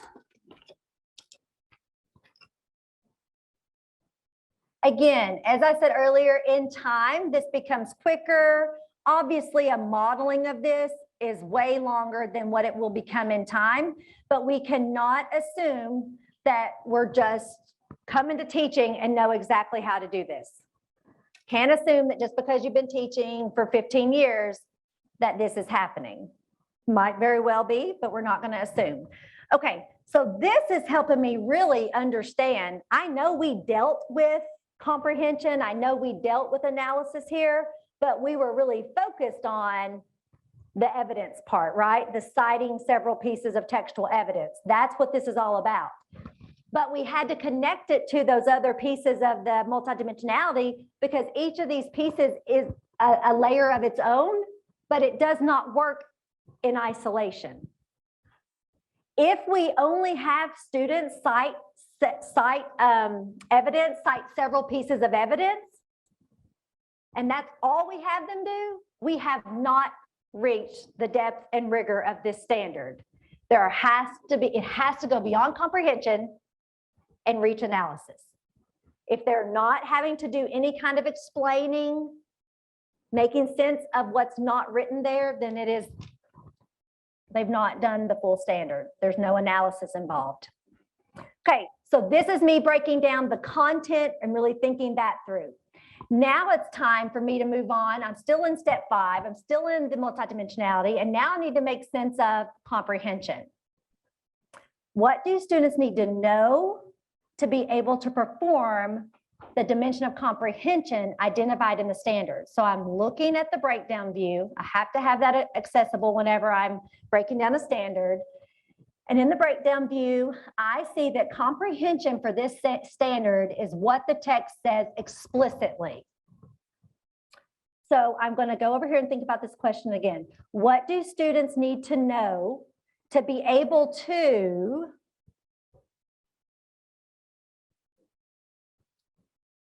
determine what the text says explicitly? Okay, what do students need to know to be able to say what the text says explicitly? Okay, so what do students need to be able to know in order to say what the text says explicitly? Okay. So in order to do this, kids are going to have to be able to, got to be able to read, right? All right, so they are going to have to understand who, what, when, where. And we can say how and why too. And of course, that could get into some analysis, but we're going to stick it here for now. Okay. They're going to have to be able to they're going to have to know the vocabulary in the text. If you don't understand what the words mean, then it's going to be hard to even know what it says explicitly if you don't know what the words mean. So they're going to have to understand vocabulary. They're going to have to be able to decode. I mean, I know we're looking at a 7th grade standard, but if I can't figure out what this word is, then I can't figure out what it's saying explicitly. I'm not going to understand. Okay, we could go on. We could think about that some more, but I'm going to roll on. Because whenever I'm modeling anything, I would never expect that.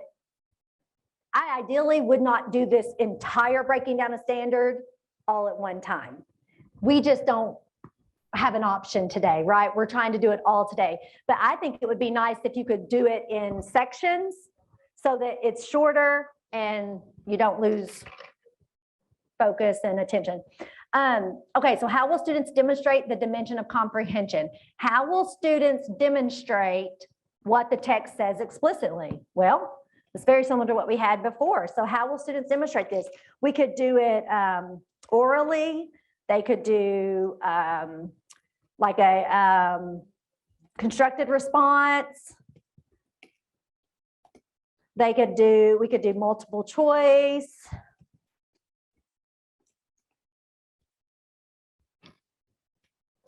We could do partner talk.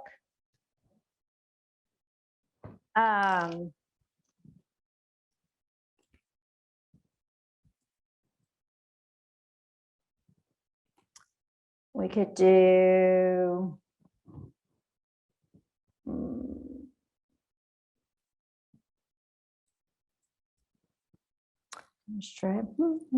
other ways that they could tell us what the text says explicitly.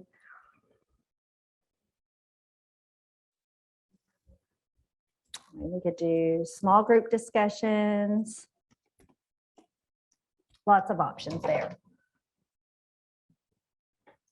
All right.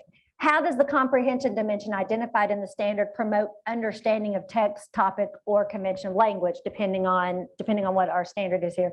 So how does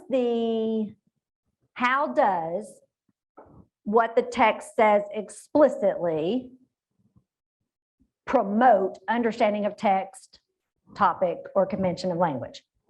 How does what the text says explicitly promote understanding of text, topic, or convention? Well, if you don't know what it says explicitly, you definitely do not understand the text. That is like the starting point. All right, so students must know what the text says explicitly.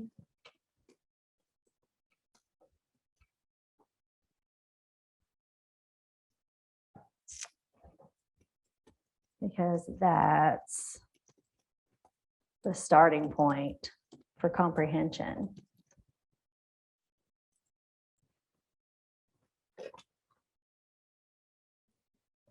And it also is kind of,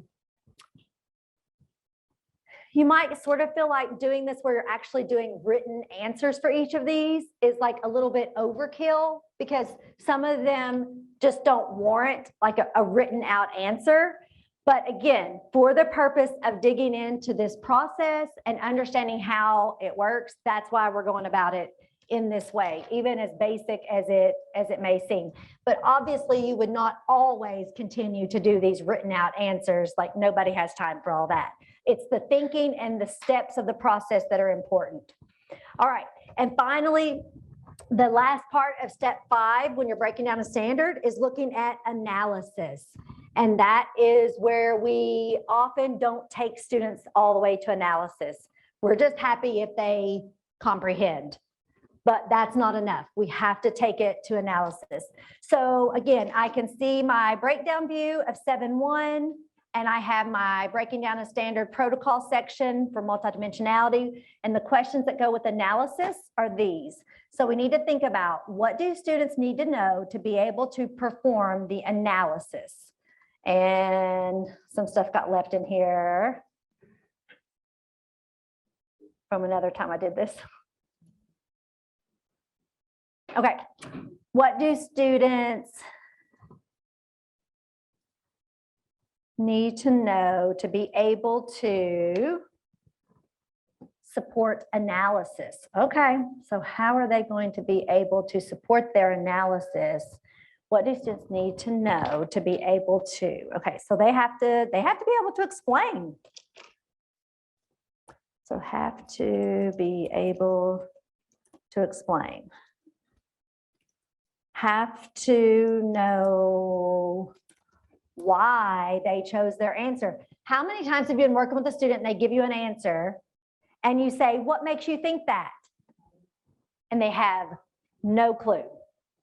They either made it up, got it from somebody else, you know, something. I do encourage you to ask what makes you think that when students are right and when they're wrong, not just when they're wrong.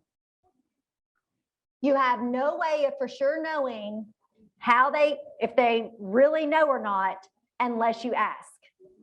Also, if you only ask it when they're wrong, they start catching on to that, and that's uncomfortable. So they need to be comfortable explaining their thinking and that being so normal, a normal expectation, that they don't know if they're actually right or wrong when you first ask. So it really encourages thinking, promotes thinking in your classroom, and that the why is always more important than anything else. Hey, what? What point to make that? This is when social studies and reading and writing. I forgot about that thing. This is when reading and writing and social studies really interact, you know, and really even science. But for me, especially those two, because when you start thinking about the citing evidence component, because that is all through our social studies standards. But my favorite thing about the reading and writing standards, you know, it is those interdisciplinary practices, because I think that's where we make those really big connections.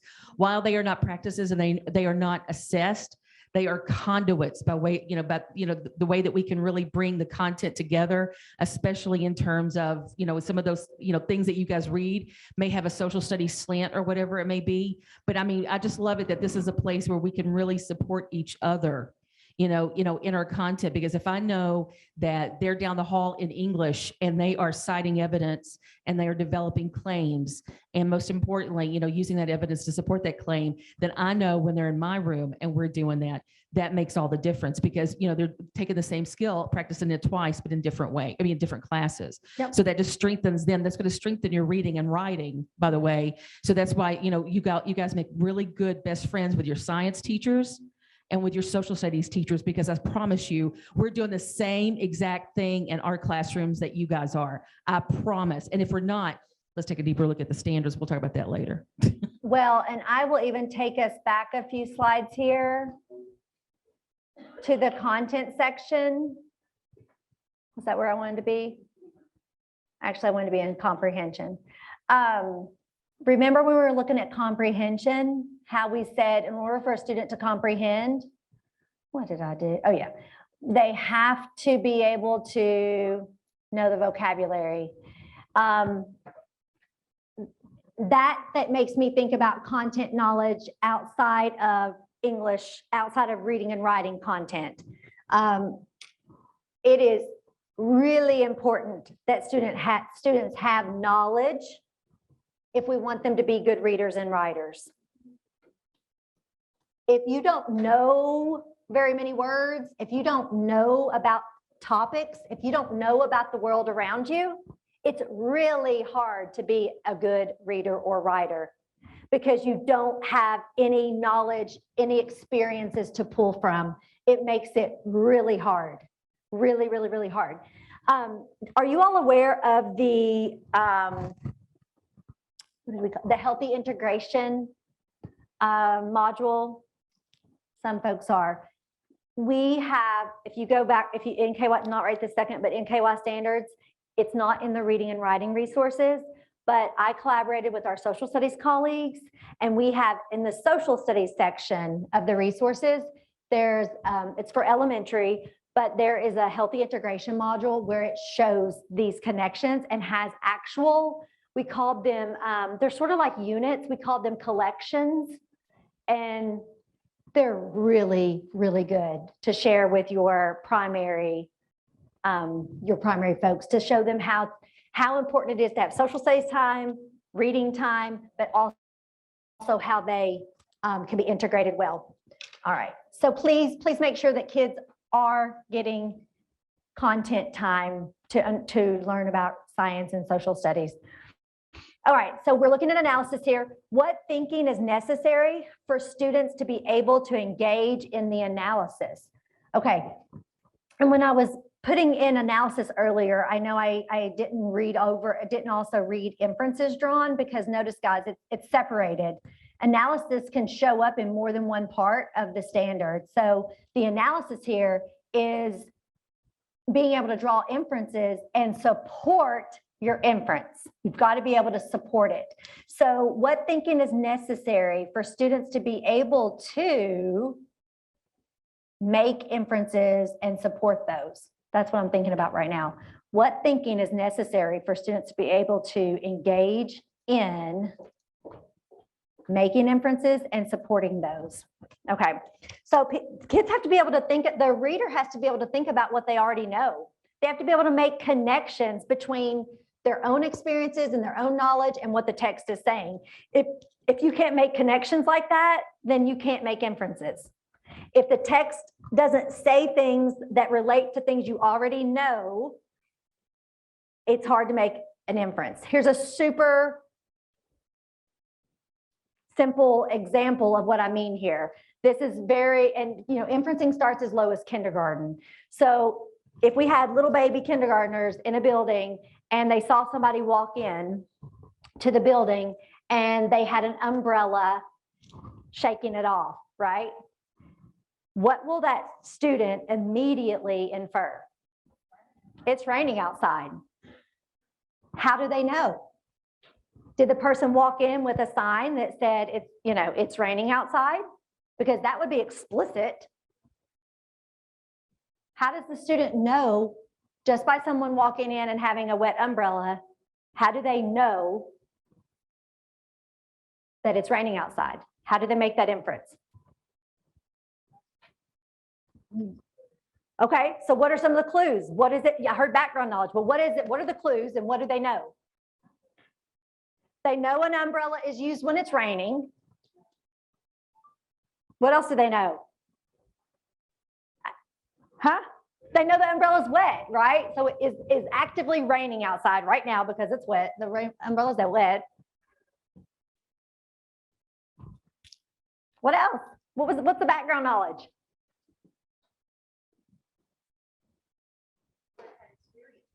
They've been out in the rain before and their family has used an umbrella to stay dry, right? Okay. So it's all of those things, but if they don't have they have to be able to use the clues, but if they don't know anything about those clues, it doesn't help. I was in first grade with a brand new student, and she moved to Kentucky from Africa. She had never seen snow before. It started snowing one day, and she was like, "What is that?" She was serious. So she couldn't, so things like for her, she wouldn't have been able to make an inference that had to do it because she really had never had that. She didn't have that knowledge. She didn't have anything to connect to. So in order for our students to be able to analyze And obviously it gets more complex as they go up in age of what they can, what kind of inferences they can make, and what kind of analysis they perform, but they have to have clues and they have to have some knowledge and experience to make those connections. And also in text, especially traditional text, we actually need to point out to students like how it works. There are things that the analysis that they would be able to realize and inferences they can make, but they can't if we don't point it out. So don't expect them to just always know that when the author says this, you can connect it with this, and that helps you know, A and B and helps you know C. You have to be very direct sometimes. All right, how does the dimension of analysis identified in the standard activate students' critical thinking? So how does supporting analysis, supporting those inferences drawn from the text, how does that activate students' critical thinking? Okay, they can't just read the words and stop there. They have to go beyond the words in the text.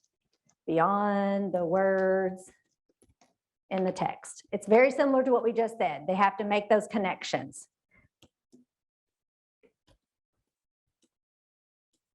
I mean, we've heard for a long time, reading between the lines, right?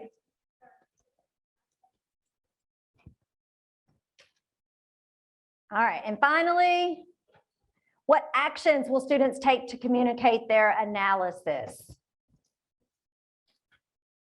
Again, has to have some explanation in there, right? So students are going to be explaining for sure. If they're not doing any kind of explaining, then there's definitely not going to be any analysis happening. And that, of course, could come in many, many different forms of how we might have them do that, whether it be orally, all together, partners, independent, a written task, a project, lots of different ways that we could do that. Okay, so now I want you guys to have some practice with this. I want you all to give it a go a bit. See what I have next.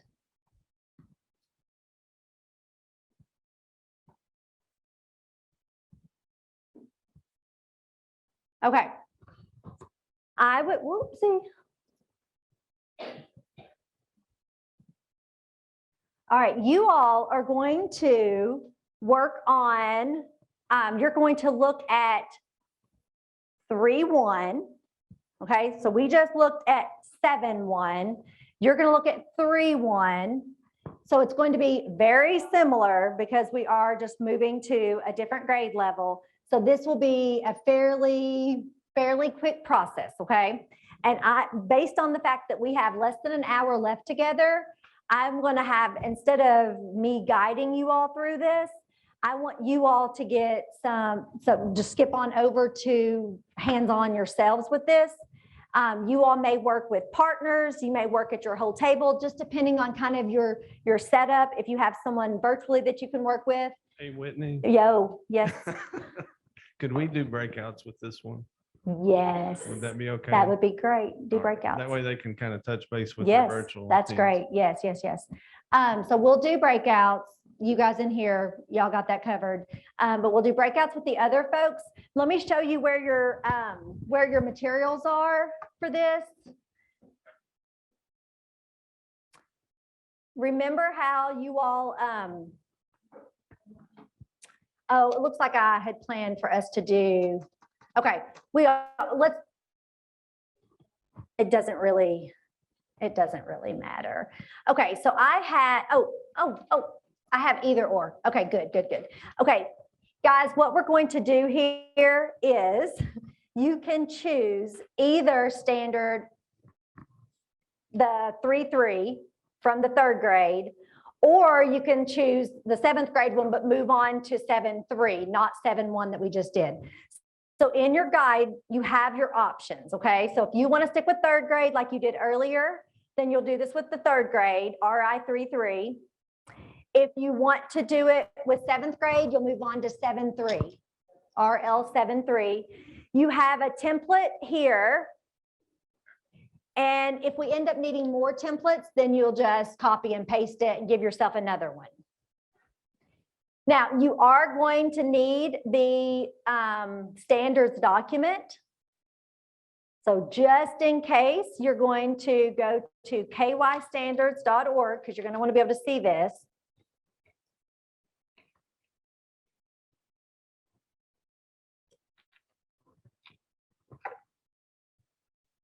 And you would actually go to explore your standards. And you would pull up your reading and writing standards, and then you'll just go to the standard you want. So if you're doing 3rd grade, you would go to reading informational. When you see RI 3-3, you click it, and you'll get to see RI 3-3 in the breakdown view, which is right here at the top of the screen.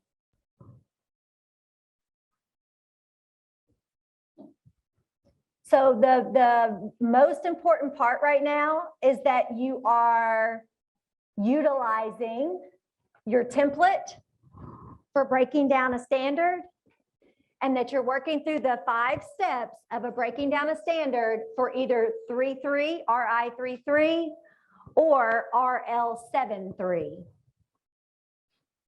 And the reason we need to be able to do this is to gain standard clarity, which will help us complete part 1 when you're reviewing an assignment to see if it's aligned or not.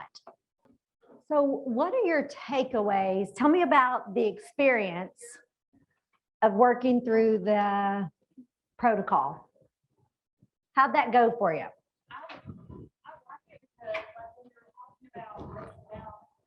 Hold on, let's get your mic. That's okay.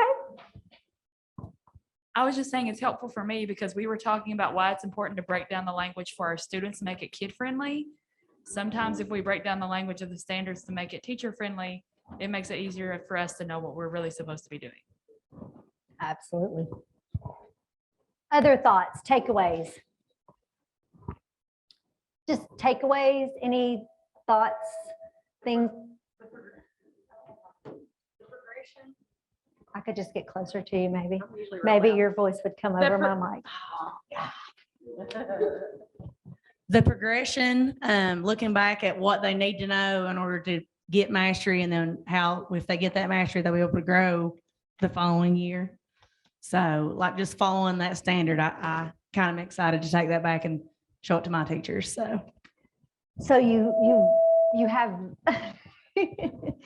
so you see the value in looking at that mini progression, even just the year before and the year after, much more than previously. Are you all aware that there's the full progressions in the very back? If you do, when you're really studying a guiding principle, to look from K all the way up, it's interesting.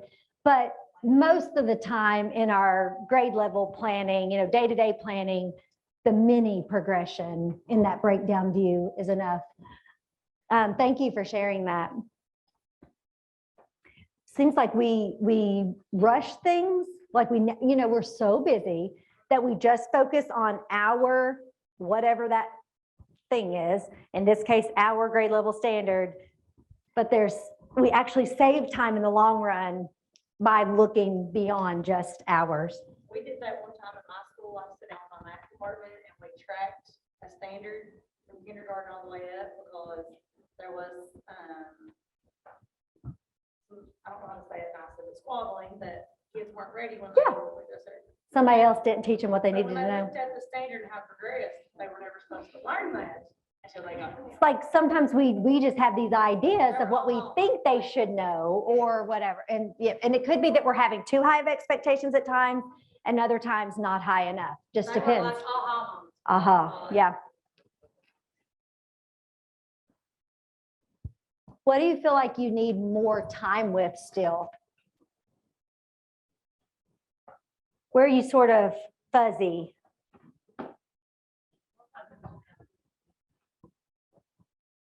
The multidimensionality part, I need more practice of just breaking down exactly what it means or what they can be doing to show how they're performing that analysis, things like that. Okay. Okay. How do you see yourselves using the breaking down a standard protocol in the environments that you work in?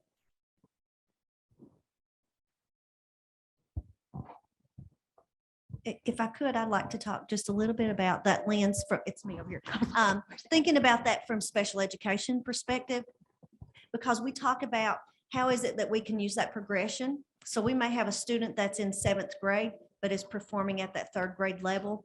So how can we use that progression to identify that real critical skill that they need? And then that allows us to really tailor those lessons and that specially designed instruction from that special ed lens, so that we can move students more quickly toward grade level standards. So I think that's one of the things that we always try to think about from that special ed perspective. But as we move forward with, considering about how do we bridge those gaps, or we address that, if we do have loss of learning or we have accelerated learning, that really gives us, that roadmap from where we come from or where we're going. And that way we can either, quickly accelerate students, or we can find where the kids have that skill deficit. Yeah. And that really helps us target that, not that we don't spend time on other things that helps us prioritize. And that's one of the things we work with special education teachers all the time, is how do we prioritize that critical skill? And by doing this, by looking at those standards, and then we look at that, what students have to be able to do, that really gives us that when you think through that process, it really gives you the answer about how you design your lesson and your specially designed instruction. Please, yes. Okay. For Perry County, we actually have 2 kind of pilots we're doing this year through KDE. One is the Transcend assessment through KDE. I think there's only 5 districts in the state doing it. But basically, it's like a review on the standards you've taught. So when you go in to give the assessment, it's reading and math. You select the standards you've taught across the district based on your pacing guide. So you'll select your RL standards, your RI standards, and then you'll do the same for math. That gives us some data based on how students have performed on the standards that we have taught.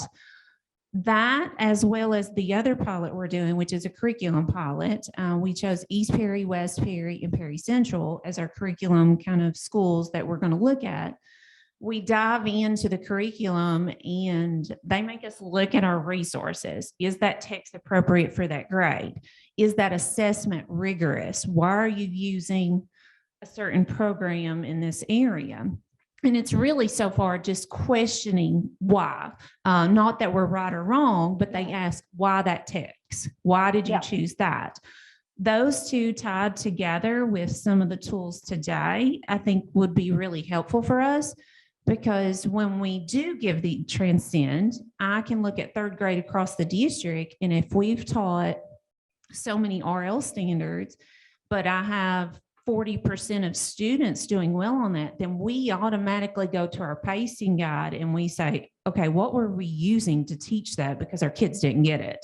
And so our teachers are having to look at that. And I think some of these tools connected to that will help them see, did we really choose the right text? Did we really assess correctly? Or do we need to take a step back and look at, are we meeting the kids where they are and then moving them forward? So I think all of them are connected and will be beneficial for each other. Good, good. Looking at this from a standpoint, to me, I like the structure of it because we're going to start working on our own curriculums in our school. And I feel like so often we try to start with the skills and activities first, like we talked about before, because it's so overwhelming. Yeah. And it's so easy to do that.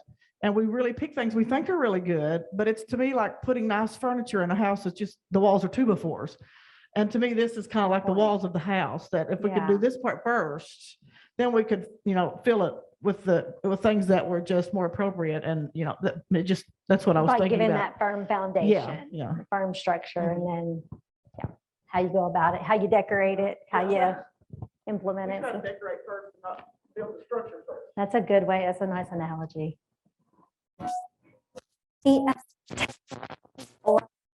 Thoughts? What's going on? Oh.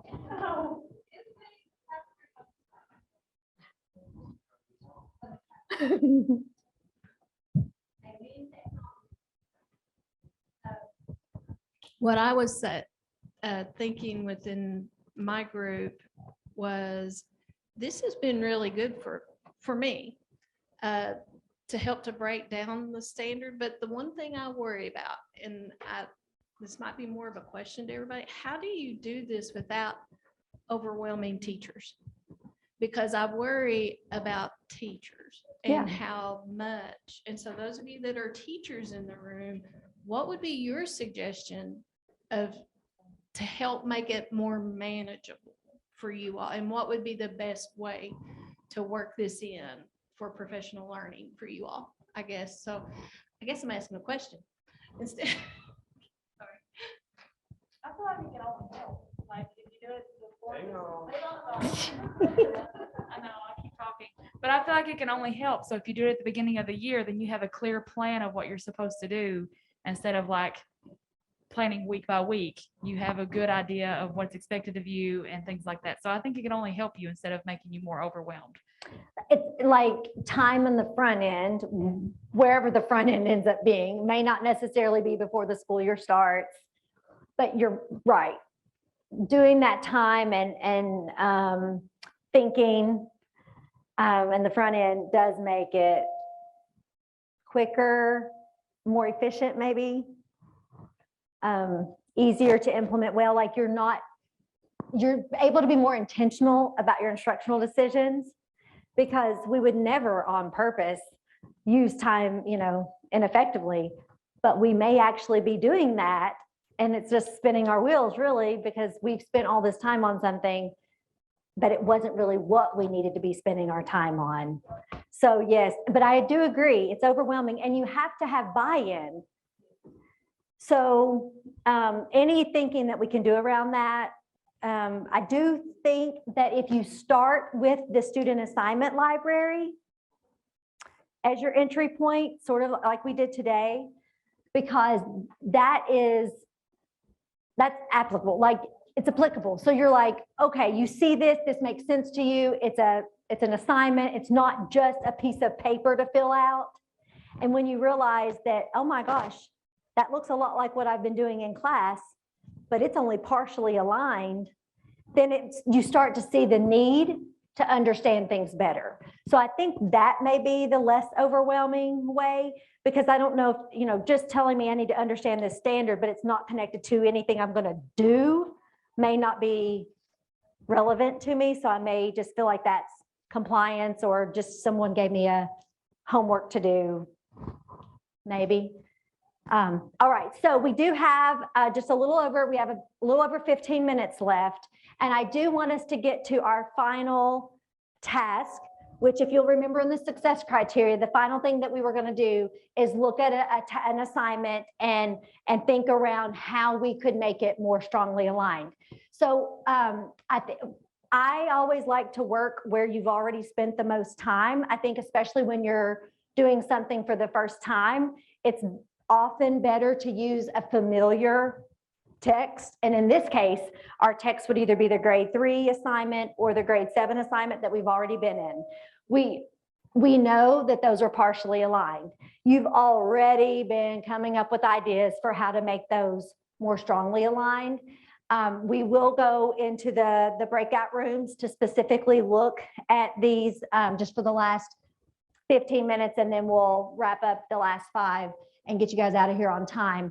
But I want to encourage, and I know 15 minutes is not a lot of time, but we also want to keep in mind that when teachers are reviewing assignments, eventually we do want them to be able to do something like this relatively quickly, because again, it's overwhelming and you can't fill out pages and pages of stuff every time you're reviewing an assignment to decide if it's aligned or not. So, but I am encouraging you to keep in mind your resources. So you're breaking down a standard resource when you're looking at those standards.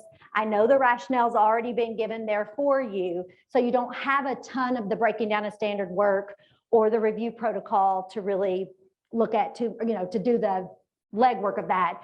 But you have those tools to help you if you need, as you are deciding, okay, the rationale says that this is why it's not strongly aligned. Okay, now what can I do based on what I know about the standard? What could we do to make it more aligned? And you all can record this wherever you want to. We'll just do an oral share out, and we'll have several groups will have done standard 3, or I'm sorry, assignment 3, grade level 3, and several of you will have done grade 7. And we'll just kind of, it won't be, it'll just be like, oh, speak up, and we'll just share some ideas at the end. So we can do breakout rooms, and you all can just do some sharing out loud. Somebody can take notes if you'd like, or we can just share orally, either way. And we had a group that just put a sticky note in this last one. I did not give you any specific location. I didn't tell you to go to the Jamboard and write anything. I said you could just talk it out or put it on a sheet of paper, it doesn't matter. But let's just call out so we can look at what they came up with. But what could be done to make this a more strongly aligned assignment? They say there's too much recall, little to no analysis, no variety of comprehension strategies, no textual evidence is cited. So they're recognizing what it doesn't have. And earlier, it was already shared out by you guys, I think. They had the idea. Do we have any different ideas? Remember earlier they said add the column for text evidence, textual evidence, and then a why column for what makes you think that, why you chose that. Any other ideas? Anything different from that one? Just focus on characterization. So we thought that if we added more to that chart or worded some of the columns that were already there differently, then we can incorporate how the other story elements work together to advance the plot. Okay, awesome. Thank you for that. And it is tough because you don't know what the teacher has done before this assignment and what the teacher plans to do next. But it's good that you're getting that thinking going. And guys, if I do hope you take away from today, and I know it wasn't in the learning goal, but I do hope you take away that it's the thinking around this, that everything that we're doing with using the resources that are available to help you implement the standards and make your assignments more aligned, it's all around the thinking that goes into it. All right, so let's go back and look at the 3rd grade. So what could have been done? What could be done? What were your ideas for making the 3rd grade one strongly aligned?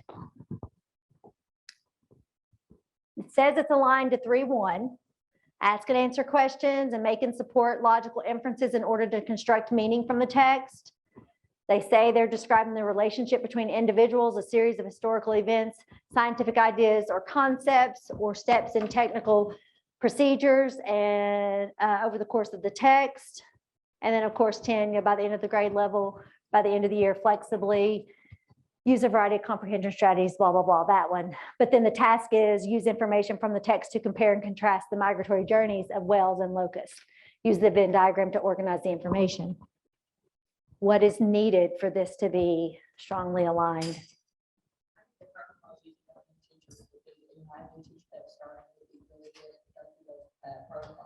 The rationale talks about adding a writing prompt to go with this. So that we talked about, using that rationale to add, and that's really beneficial when you go through there and you look at what can be done. Right. And some of those, like that one, does give the suggestion, and it doesn't always, but it is helpful. And then when it does tell you what it's missing, then that kind of triggers you to think, well, what it does it need if that's what it's missing? Yes. And then of course, what resource are you going to use whenever you're working with an assignment that doesn't have a rationale? It's not in the student assignment library. What tool did we learn about today that you can utilize to help you decide if an assignment is aligned or not? it's going to be assignment review protocol. Yeah, these came from TNTP and TNTP's assignment that's out. It is Kentucky-fied, but yes, we were partnered with them to create that. You're right. What is there any inferencing here? 3.1, ask and answer questions and make and support logical inferences in order to construct meaning. Does this task require that? So they fill out that, they use information from the text to compare and contrast, to put it in the circles, but maybe that's where the writing prompt would come in and they would have to make some inferences from that.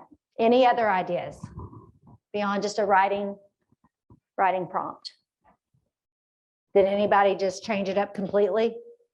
Use that as talking points and then discuss it in their groups and like have a member present that from each group to explain the significance of it. So that would take it to the next level as well. Sure. Good point. All right, so we have 4 minutes left. Just 4 minutes. So we are wrapping up.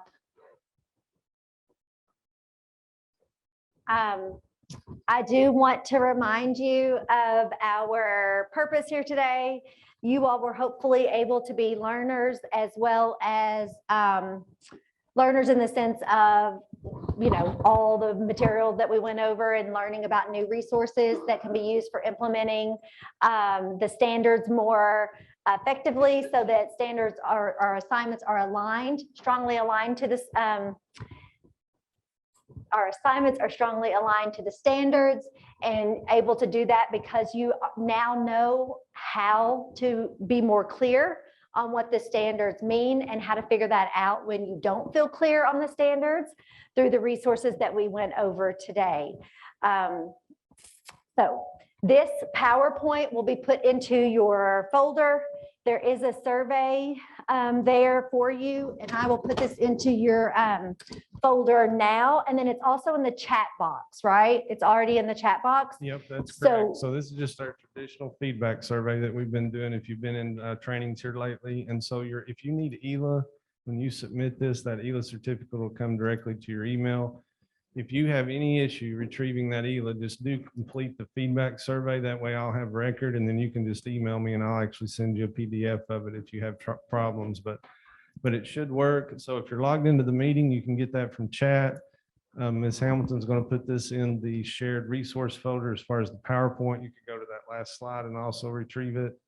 And that's the only last task we have for you. Hamilton. Yeah, so I'm trying to do that and I'm not doing it very quickly or very well. So I will get that put in there right now.